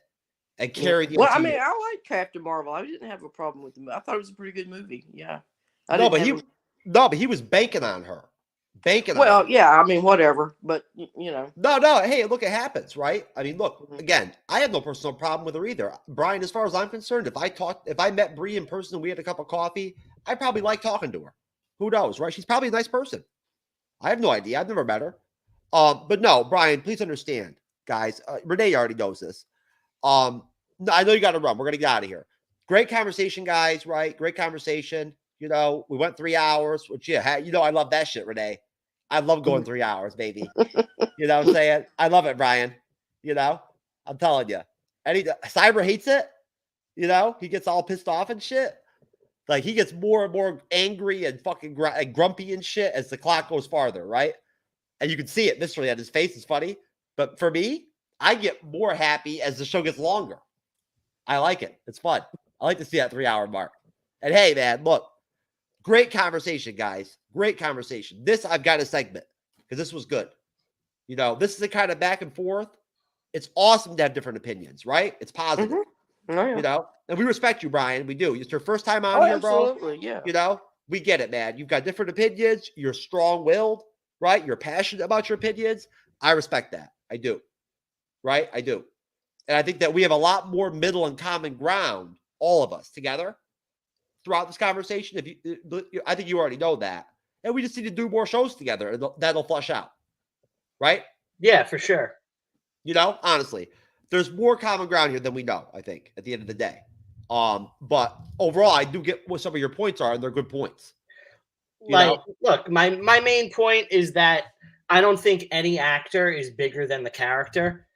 These legacies that have lasted forever, because the simple fact is, eventually, no matter what, we are going to see in our lifetime another person play Iron Man, Tony Stark, and another person play Steve Rogers, Captain America. I don't believe it. Nope. Well, you can't really do them back to back. It'll never happen again. Nope. You really don't think ever in your life? No, this is going to be, when this ends, that'll be it. Nobody will be, once this trend dies, that it will die.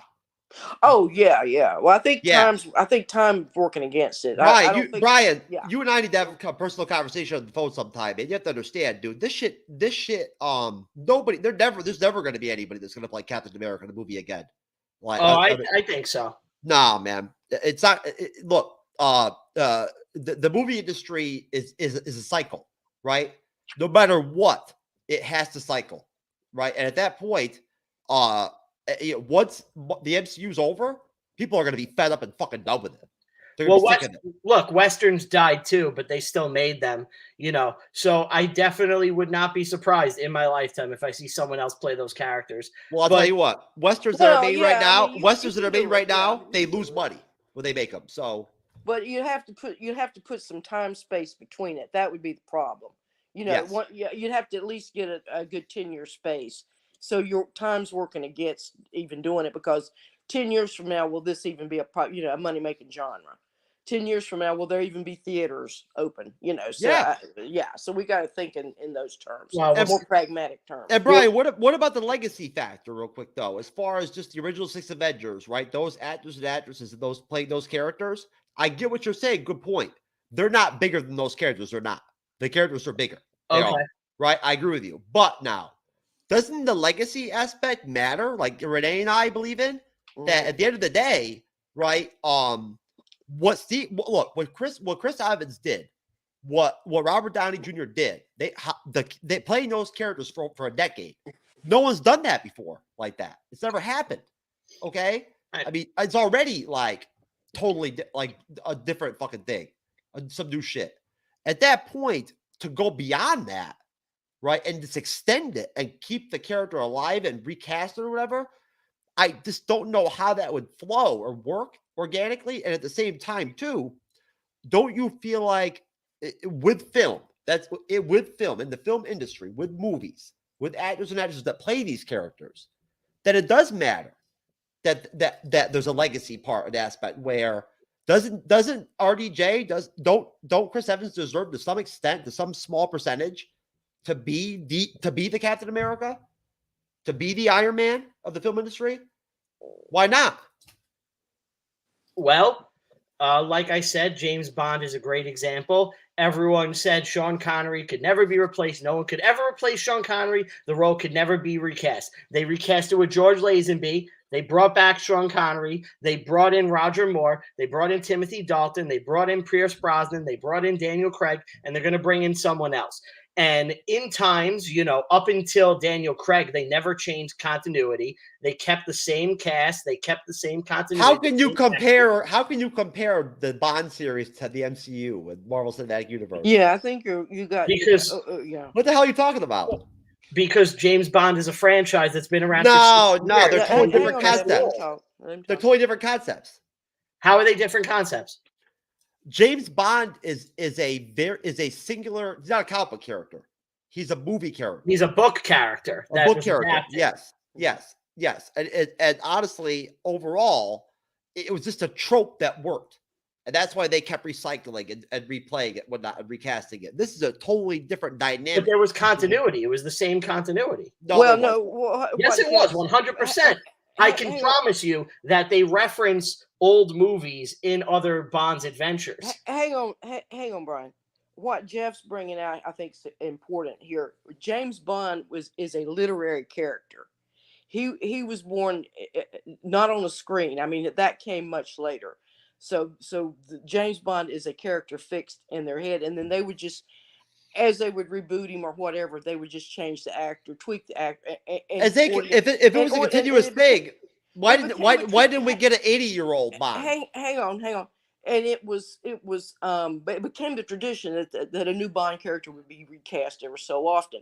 Now, could they recast the Wizard of Oz characters as we remember? I mean, you could redo them as totally different, like they did with the Wiz later on with Diana Ross, but. Think about those particular MGM characters and how and figurines and everything, and how they're so fixed in our heads. It would be very difficult to get another actor to come in and redo what Ray Bolger did or what Judy Garland did. So I mean that those actors and performers are so fixed in our hearts and minds. I think it's going to be it would be hard to reboot them. Now I don't think Robert Downey have quite that stature. But even so, Robert Downey Jr. in particular, he brought his own character. He had been a drug addict. He had gotten in trouble with the law. He had a sterling career, a dynamic career, blew it, with his own selfishness and childishness. He went to prison, paid the price, came out, got back into the business, slowly built himself up, and he made it his big comeback. I mean, he'd already done several films, but his big, huge comeback was Iron Man. That blew it up, and that's really what. So he is so fixed in our minds with Tony Stark, Iron Man character. It would be hard for anybody to replace him right now. 10 years from now, maybe they could redo it, but they could not redo it now, and that's just based on the fact that I'm my age that I am. I've been going to the movies my whole life for decades and decades, and I sort of know how audiences feel and how audiences react. So that's sort of what I'm bringing to it. Go ahead, Brian. But I do respect what you're saying, Brian. No, I do too. Brian, please respond to that. I like what Renee said. I agree with some of it. What do you think? Well, like I said, I don't think these actors are bigger than the characters. I think everything could be replaced. I mean, like I said, your Wizard of Oz comparison is a little weird because, that's an almost 80-year-old movie that, you could pick up and have continuity from it, but that's kind of a different conversation. What I'm saying is an active franchise still going on, like just recasting it and keeping the same supporting characters. I mean, Batman did it with Michael Keaton in the 90s. Whether you like those movies or not, they kept the same continuity. You're absolutely right. I mean, Star Trek, they were able to pick it up with the movies, but look at the time span that had gone between. Well, I'm not even talking about taking a tremendous amount of time. Like, look, and after Endgame, yeah, once Tony dies, it's a different story, but it's different now. Now that he's dead. But me, if I was in charge of the MCU, I wouldn't have taken my big pieces off the chessboard. I think we'll see those guys pop up again in, things like Secret Wars, but we'll see what happens. That's really it. So I actually got to run. No, me too. One question That's though, okay. Brian. You do know that Bond never aged, right? Well, they floated the timeline, which, I think that the MCU has done a pretty good job of that too, because, it's 2000, the first Iron Man is 2008. And, they really rarely address, the time period, and they keep it contemporary. No, they age. They all aged throughout the time that they played the characters. You didn't see it? It's very subtle. I mean, how come nobody addressed that Rhodey is different? Nobody said, "Hey, that's a different guy." Natasha had gray hair in the beginning of Endgame. She had some gray hair. I mean, come on. Like it was blonde. It was blonde streaks. You didn't know? Yeah, you didn't notice that Tony had gray hair and he looked older as fuck. Of course, he aged a little, but let me say, before you go, let me say one thing. That's a creative choice. Just as a fan, one of the things that I like is savoring characters. I don't necessarily have to have the same dish right again the next day. I think, I see your point, Brian. We can certainly, and they can be brought back and recast at any time. Why not? But even so, I think you're going to short shrift the fans if you do that. All right. You want to go ahead and plug away, Brian, before we let you go? Yeah. All right. So I just want to say one last thing on this, and then I'll plug and I'm out. Look. All right, bro. None of these characters exist. None of them are real. They're all adapted from pieces of paper. None of this actually exists. So we're well aware of that. You could do anything you want in the world. So to me, I think it was a poor creative choice to take pieces off your game board. And I think the box office receipts and the ratings and the general fan reaction has shown, far less enthusiasm in general over this now that the big guys are off the board. But that's just me. Anyway, I'm on Reviewing History. We're a comedy history podcast. We go over, movies, and we talk about what's real and what's fake in them and all sorts of stuff like that. We're a comedy show. We get raunchy. Hey, so when are me and Renee coming on? We'll see when we can arrange that and figure that out. Come on now. Shit, we should be carrying this conversation over. Maybe. Come on now. Shit. Don't pressure him. Come on now. Hey, Brian, come on now. If we go on your show, we can cut loose and have fun. We'll see. We'll get real dirty on. Yeah, we will. You guys like to get raunchy, right? We do at times, yeah. Hey, I'm down, bro. I love history. But we're history podcast. We're on, everywhere you could find a podcast. You can find Reviewing History. We have a YouTube page. And thank you so much for having me. This was great. I will see you next time. Brian, thank you, brother. Great Take care. contributions. Bye. Please come back. All right. Bye. All right, man. Renee, my friend. Well, I think we made him mad. No, it's okay. He'll be okay. He's fine. It's okay. He's good people. Yeah, he's I like good. him. He'll come back. Yep. He'll come back. You know what I'm saying? It is what it is. Come back. Hey, it's like I said, this is I mean, I'm not saying that this is the blood of the show, right? Mhm. But you know how I feel about this stuff. We need the this. butt of the show. We're at the butt of the show. Listen, I'm sorry, but I'm not trying to be an asshole. I don't want anybody to feel bad or whatever. Mhm. But me, you, and him, that segment we did right there, that combo for like an hour was the best part of the show. Right? It was. Okay. It was. It was the best, most entertaining part of the show. Okay. It was authentic, right? Mhm. There was disagreement, right? Mhm.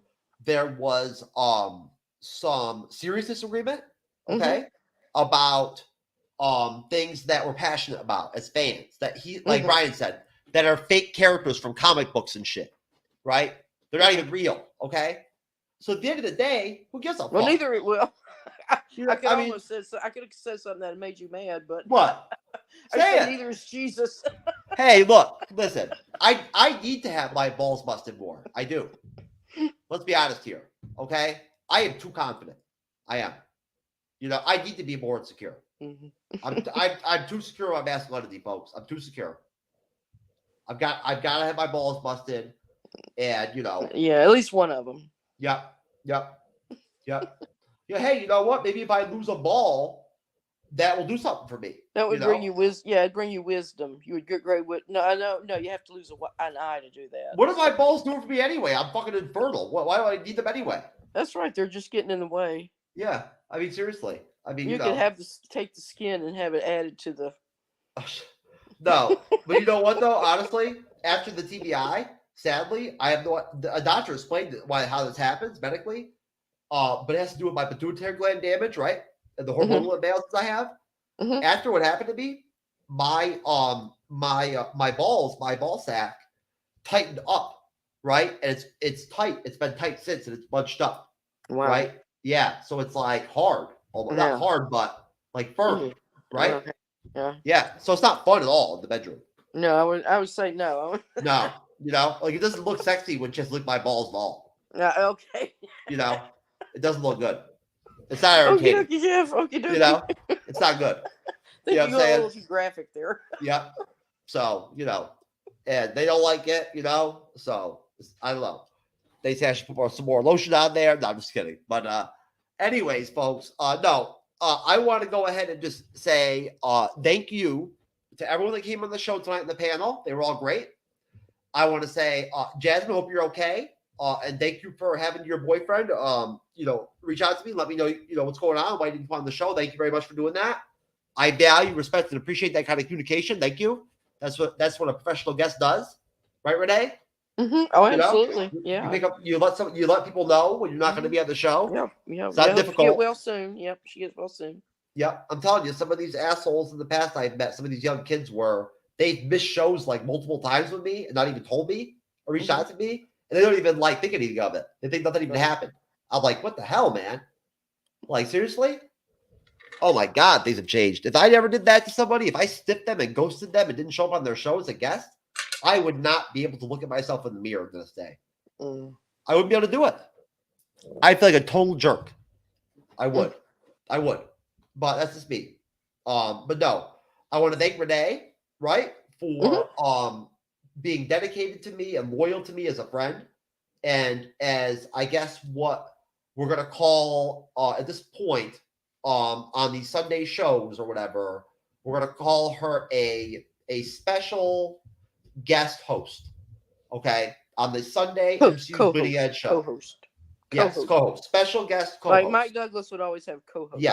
Yes. Renee now has a I'm your title. Zsa Zsa. I'm your Zsa Zsa. That's right. Renee now has a title. She is a special guest host on the MCU'S Bleeding Edge and will be now guest co-hosting the Sunday shows for as long as she wants to be on them. right? And at that point, when we do the Loki Disney Plus series, she's going to be moderating for me the whole series. And then we'll see what happens from there. I mean, who knows? I think that she'll probably be nervous as shit the first one and do okay and then get better as it goes. And then at that point, she'll Or I be may do great on the first one and it go downhill. No. You don't work that way. No, you get better over. Like you know what I'm saying, you do get nervous. So I think you'll be nervous. Okay. Yeah, because I'll fuck you up. I'm gonna put like 7 people on the panel for the first show for you. Yeah. Okay. 7 people. Well, now I used to work in logistics, so I know how to get trucks. Okay. I gotta get them in, get them out, baby. Get them in, get them out. Hey, listen, I'm not trying to say that you have to have new abilities and shit to moderate a show with 8 people on it, but do you think it's easy? No, I wouldn't think so. No, it can become a shit show very quickly. You think talking to 5 drivers on the phone at one time is No. easy? No. But remember what we talked about earlier today? The show, the cyber, right? The review, the Work by Night review, right? And how it devolved into a shit show. Yeah. And cyber just lost it. You know to do, right? And that was only what? That was only you and 3 other guests and me and him. So 6 people, right? So imagine 8 or 9. Yeah, I mean it just went freeform at a certain point, and we just went wild. Yep. See now, if I won't lie, Cyber. I'm sorry I have to say this, but if I had been moderating that show, none of that would have happened. None of it. I would shut it down immediately. I made it clear that we don't do that cross talking shit and whatnot, and stopped it right there if I had to. Simple as that. That's all you're gonna do. You make it clear and you say it the right way with the right tone, and that's it. It's over. You know, people get it. But it was funny though. It was funny. Folks, you have no idea at all the inside humor and jokes we've got going on in the Bleeding Edge that we talk about and laugh about and shit during shows. You have no clue. Y'all are not a part of it. But you know what, Renee? Down the road, when we're like doing pay-per-view and all that kind of stuff, right?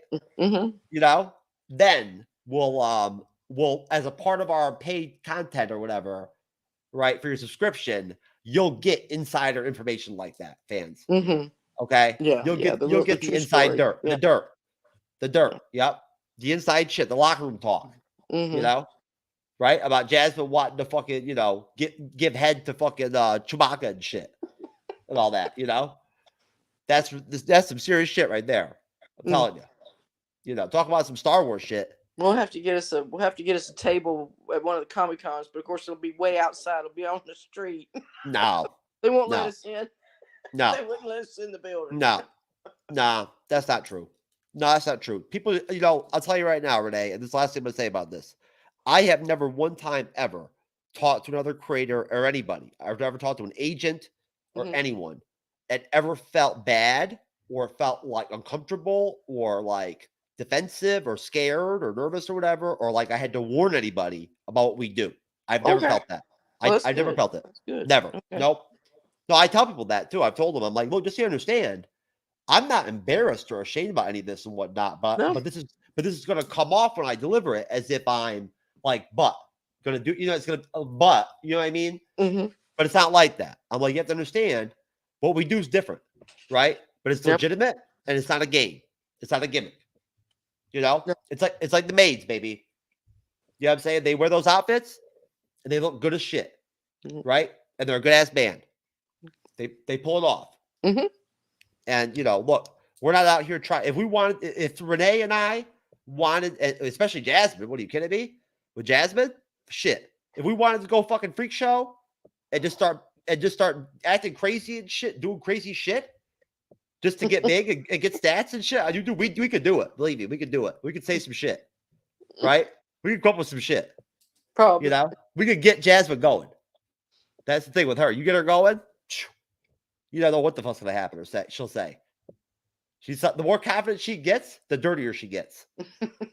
You know, she's something else. I'm telling you, I love it. And you know what? Honestly, what's so awesome with Cyber is that, like, even he begrudgingly admits and likes her and thinks it was a good move for me to find her and whatnot, and that she's good on the show. Even he admits it. He hates it, right? He hates it. You know what I mean? That he likes it and whatnot, likes her, right? But he does. He does. He just hates it. He doesn't want to talk about it. That's okay, though. Anyways, thank you, folks. Thank you, Renee. Thank you for 2022. Thank you for all the contributions and the time and the effort and whatnot and everything that you've given to the Bleeding Edge and to me and Cyber. And thank you so much for being my friend. Well, you're welcome. Thank you for being mine. That's right. My genuine We're friend. like the Golden Girls. That's right. We are. I love this woman to death. I do. And it's not just because she's from North Carolina. You know, a state I happen to love living in. And you like Lady Deathly's outfit. That's right. That's right. And I may end up back in the Carolinas eventually. Well, you never know. We'll have to see. I don't see myself staying in Florida for the rest of my life. I don't, folks. It's too damn hot down here. I'm sorry, but it's too hot. Too much. No, can't have it. Too hot. Just too fucking hot, man. It's not fun when you can't even go outside. So, anyways, folks. Hey, look. It's, what time is it? Shit. 10:34. 10:34. Oh shit! Isn't it crazy? It's insane. When you do the shows at 7 p.m. instead of 9:35, I get all fucked up. I thought it was like 1:30. I swear to God, I thought it was like fucking 1 or like 1:30. That's what I thought it was. You shocked me when you said that. I was like, oh shit, it's Sunday. Yeah, unfortunately, I don't have to go into work tonight. So I know. Hey, that was a good show. Yeah, we had a good time. Did you have fun? Yeah, I did. Absolutely. Oh, I always have fun. Oh, yeah, most definitely. And I will strip that segment out, that whole segment for us. I'll upload it. I'll give us a title, right? And I'll do some stuff with it and whatnot. Maybe add some graphics to it or some shit. Okay. Okay? I'll split All it right, up. It'll work. That'll work. I will. All right. Listen, folks. We love you. MCU fandom. Okay? We love you. Stay strong. All right? Stay strong. Don't give up. All right? Don't be like Brian and be pessimistic and negative. Okay? Come on, Brian. Smile, baby. Come on now. He loves the MCU. He loves his characters. He does. He fights for. He wants to see his characters. He wants to see Captain America keep going. Yeah. I like Brian. I like Brian. And, I do. and Iron Man and all those guys. So yeah. I like Brian. I do. He's dedicated. I hope he didn't think I was fucking or busting his balls or something or trying to fuck with him or whatever when I was saying about guests out of the show. I'd love to go on the show. Yeah. It sounds like fun. Yeah, you kind of put him on the spot though. It's all right. Well, you're not there. He's a big boy. Yeah. He's knowledgeable, right? He knows shit I don't know. He does. Right? So no. Him and I are I'm no better than him at the end of the day. We're both decent guys. I love Marvel and the MCU. That's all. I love Marvel comics. I like Brian a lot. I do. I think he's a great guy, great guest. He did a great job tonight. Thank you very much, Brian. And your show sounds awesome. It sounds very interesting. Humor, shit talking, and history. Shit. What a combination, man. Love it. Yeah, I mean, he really should get us on because we could really shit talk history. For real? Are you kidding me? Absolutely. Come on now. I can shit talk. Shit talk history better than anybody. Oh yeah. In this building. That's right. I can shit talk about anything. So it doesn't even anything. History, anything. Yep. It doesn't even matter. I can shit talk about the fucking pen laying on the fucking floor next to me. Right. Like I could talk some grimy shit off it. What kind of pen is it? Who made it? Actually, it's the one that She-Hulk, gave me and actually signed it for me as like a collectible memorabilia thing, right? Yeah. You sure it wasn't a scroll? No, it's the one. It's a 1 foot long one that she actually used on me, like a sex toy. But are you sure that was a She-Hulk or was it a scroll? No, it was She-Hulk. No, it was definitely She-Hulk. How do you know? Because her penis was green. Well, so are the scrolls. I don't fucking know. I don't know, man. Maybe she was a scroll. I have no idea. When you get manhandled and fucking down by some fucking 8 foot, you ain't gonna question it at that point, though. Look, when you're 5'7", 170 pounds and shit, and some fucking 8 foot tall, 400-pound bitch that's green and can pick up a car, grabs your ass. You saw me. You say yes, ma'am. Yes, you saw me picked up like a baby and shit into the bedroom and whatnot, right? So I mean, at that point, man, it was over for me. It's very defeating for me. Very defeating. Seriously, I felt like I had no hope, right? Mm-hmm. Like there was no help for me. No one I could reach out to save me from this situation. It was dark, very dark. Very dark, very depressing, traumatic. I'm telling you. Are you seeing someone about it? Well, yes, I am, but I've been working with what's her name? Shit, I apologize. That doctor that worked with No. that same doctor that worked with Sam and Bucky. No. Actually, I've been working with that very intelligent and attractive African American lawyer at the firm. Oh, okay. We've been doing some personal private sessions. I got you. Right? I got you. She's been bringing you back. Yeah. I got you. Yeah, bringing me back from the flaccid state to the to the engulfed state, engorged state, yeah. right? They'll be getting the blood flow going. You're like Yep. Mr. What's your superhero name now, Mr. Oh, Gyno Man? Mr. Gyno Man. Gyno Man? Hell yeah, I'm Gyno Man, baby. You back to your Gyno Man. I gotta do Gyno Man soon. I gotta do some Gyno Man. There we go, baby. Gyno Man. I gotta get a better picture than that. Put you you gotta get a little white coat and one of those mirrors that they wear, I've been planning on getting some costumes for the shows. I want to wear some costumes. Okay. I do. Seriously. I want to I was going to be for Halloween. I was going to be what the hell was I gonna be? Shit. Fuck, I can't even. I think it was gonna be She-Hulk. I was gonna be She-Hulk. Oh, okay. Yep. No, I can't remember. I have no idea. But no, I'm gonna get some costumes. Oh, I want to be a Tuscan. Oh, okay. I want to get a Tuscan costume so I can be a Tuscan for an episode. Mm-hmm. Right? I think that'd be really good. We'll see. I'm still toying around with blackface. Talking to Cyber about that, trying to work that out, how we can pull that off. Doing what now? Blackface. Blackface. Blackface, yeah. How would you want to do that? I want because of the you want to try to you should read the book called Black Like Me. I want to do it as an artistic expression. Well, that's what I'm saying. There was a book and it became a movie. It was called Black Like Me, and it was a true story. It man in 1960, he actually had his skin chemically altered so that he became very dark. Yeah. And he traveled. He's a white man, and he traveled the South. He wanted to see to experience what it was like to be a black man, to see for himself, because he had no frame of reference. He could only understand what. So he wrote a book about it, and there's actually a movie about it also. Well, actually, I already know what it's like to be a black man. Really? Yeah, when you have sex with enough black women in the numbers I'm at, you eventually start to just develop blackness in you. You do? Okay. Yeah, it just comes into you. Right? Yep, it does. It rubs off. Oh well. Okay. If you tap it right. I don't think so. If you hit it the right way, it rubs off a little bit. Okay. Okay. A little piece of all the black dudes that hit that shit first before me goes into me.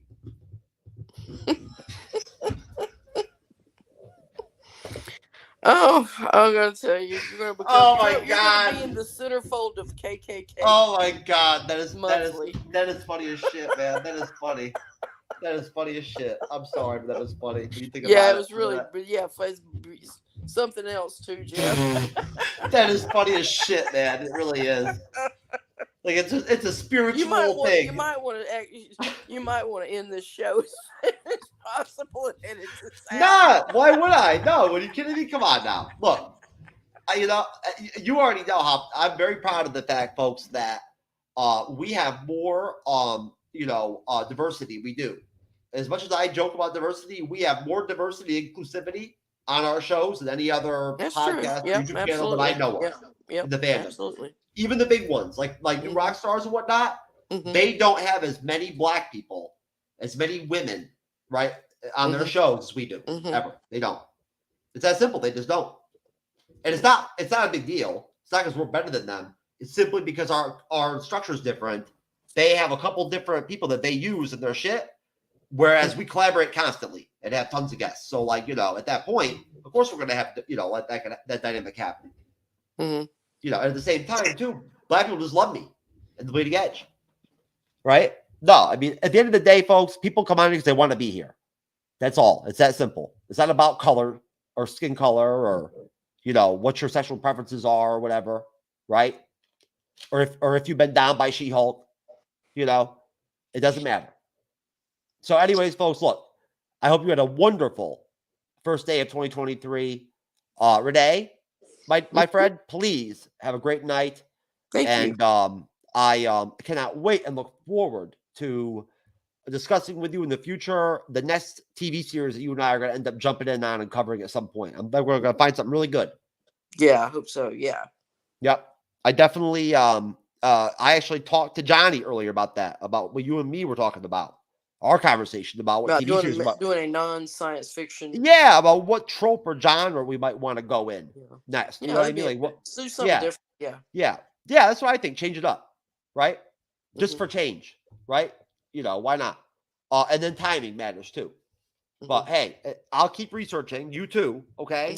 Okay. Everybody I talk to, I'm asking them, like, you know, anybody who's tuned in and pays attention to, like, you know, what goes on with stuff. Yeah. I'm like, Speaking of which, and we talked about a little earlier, Charlie Cox himself. Yep.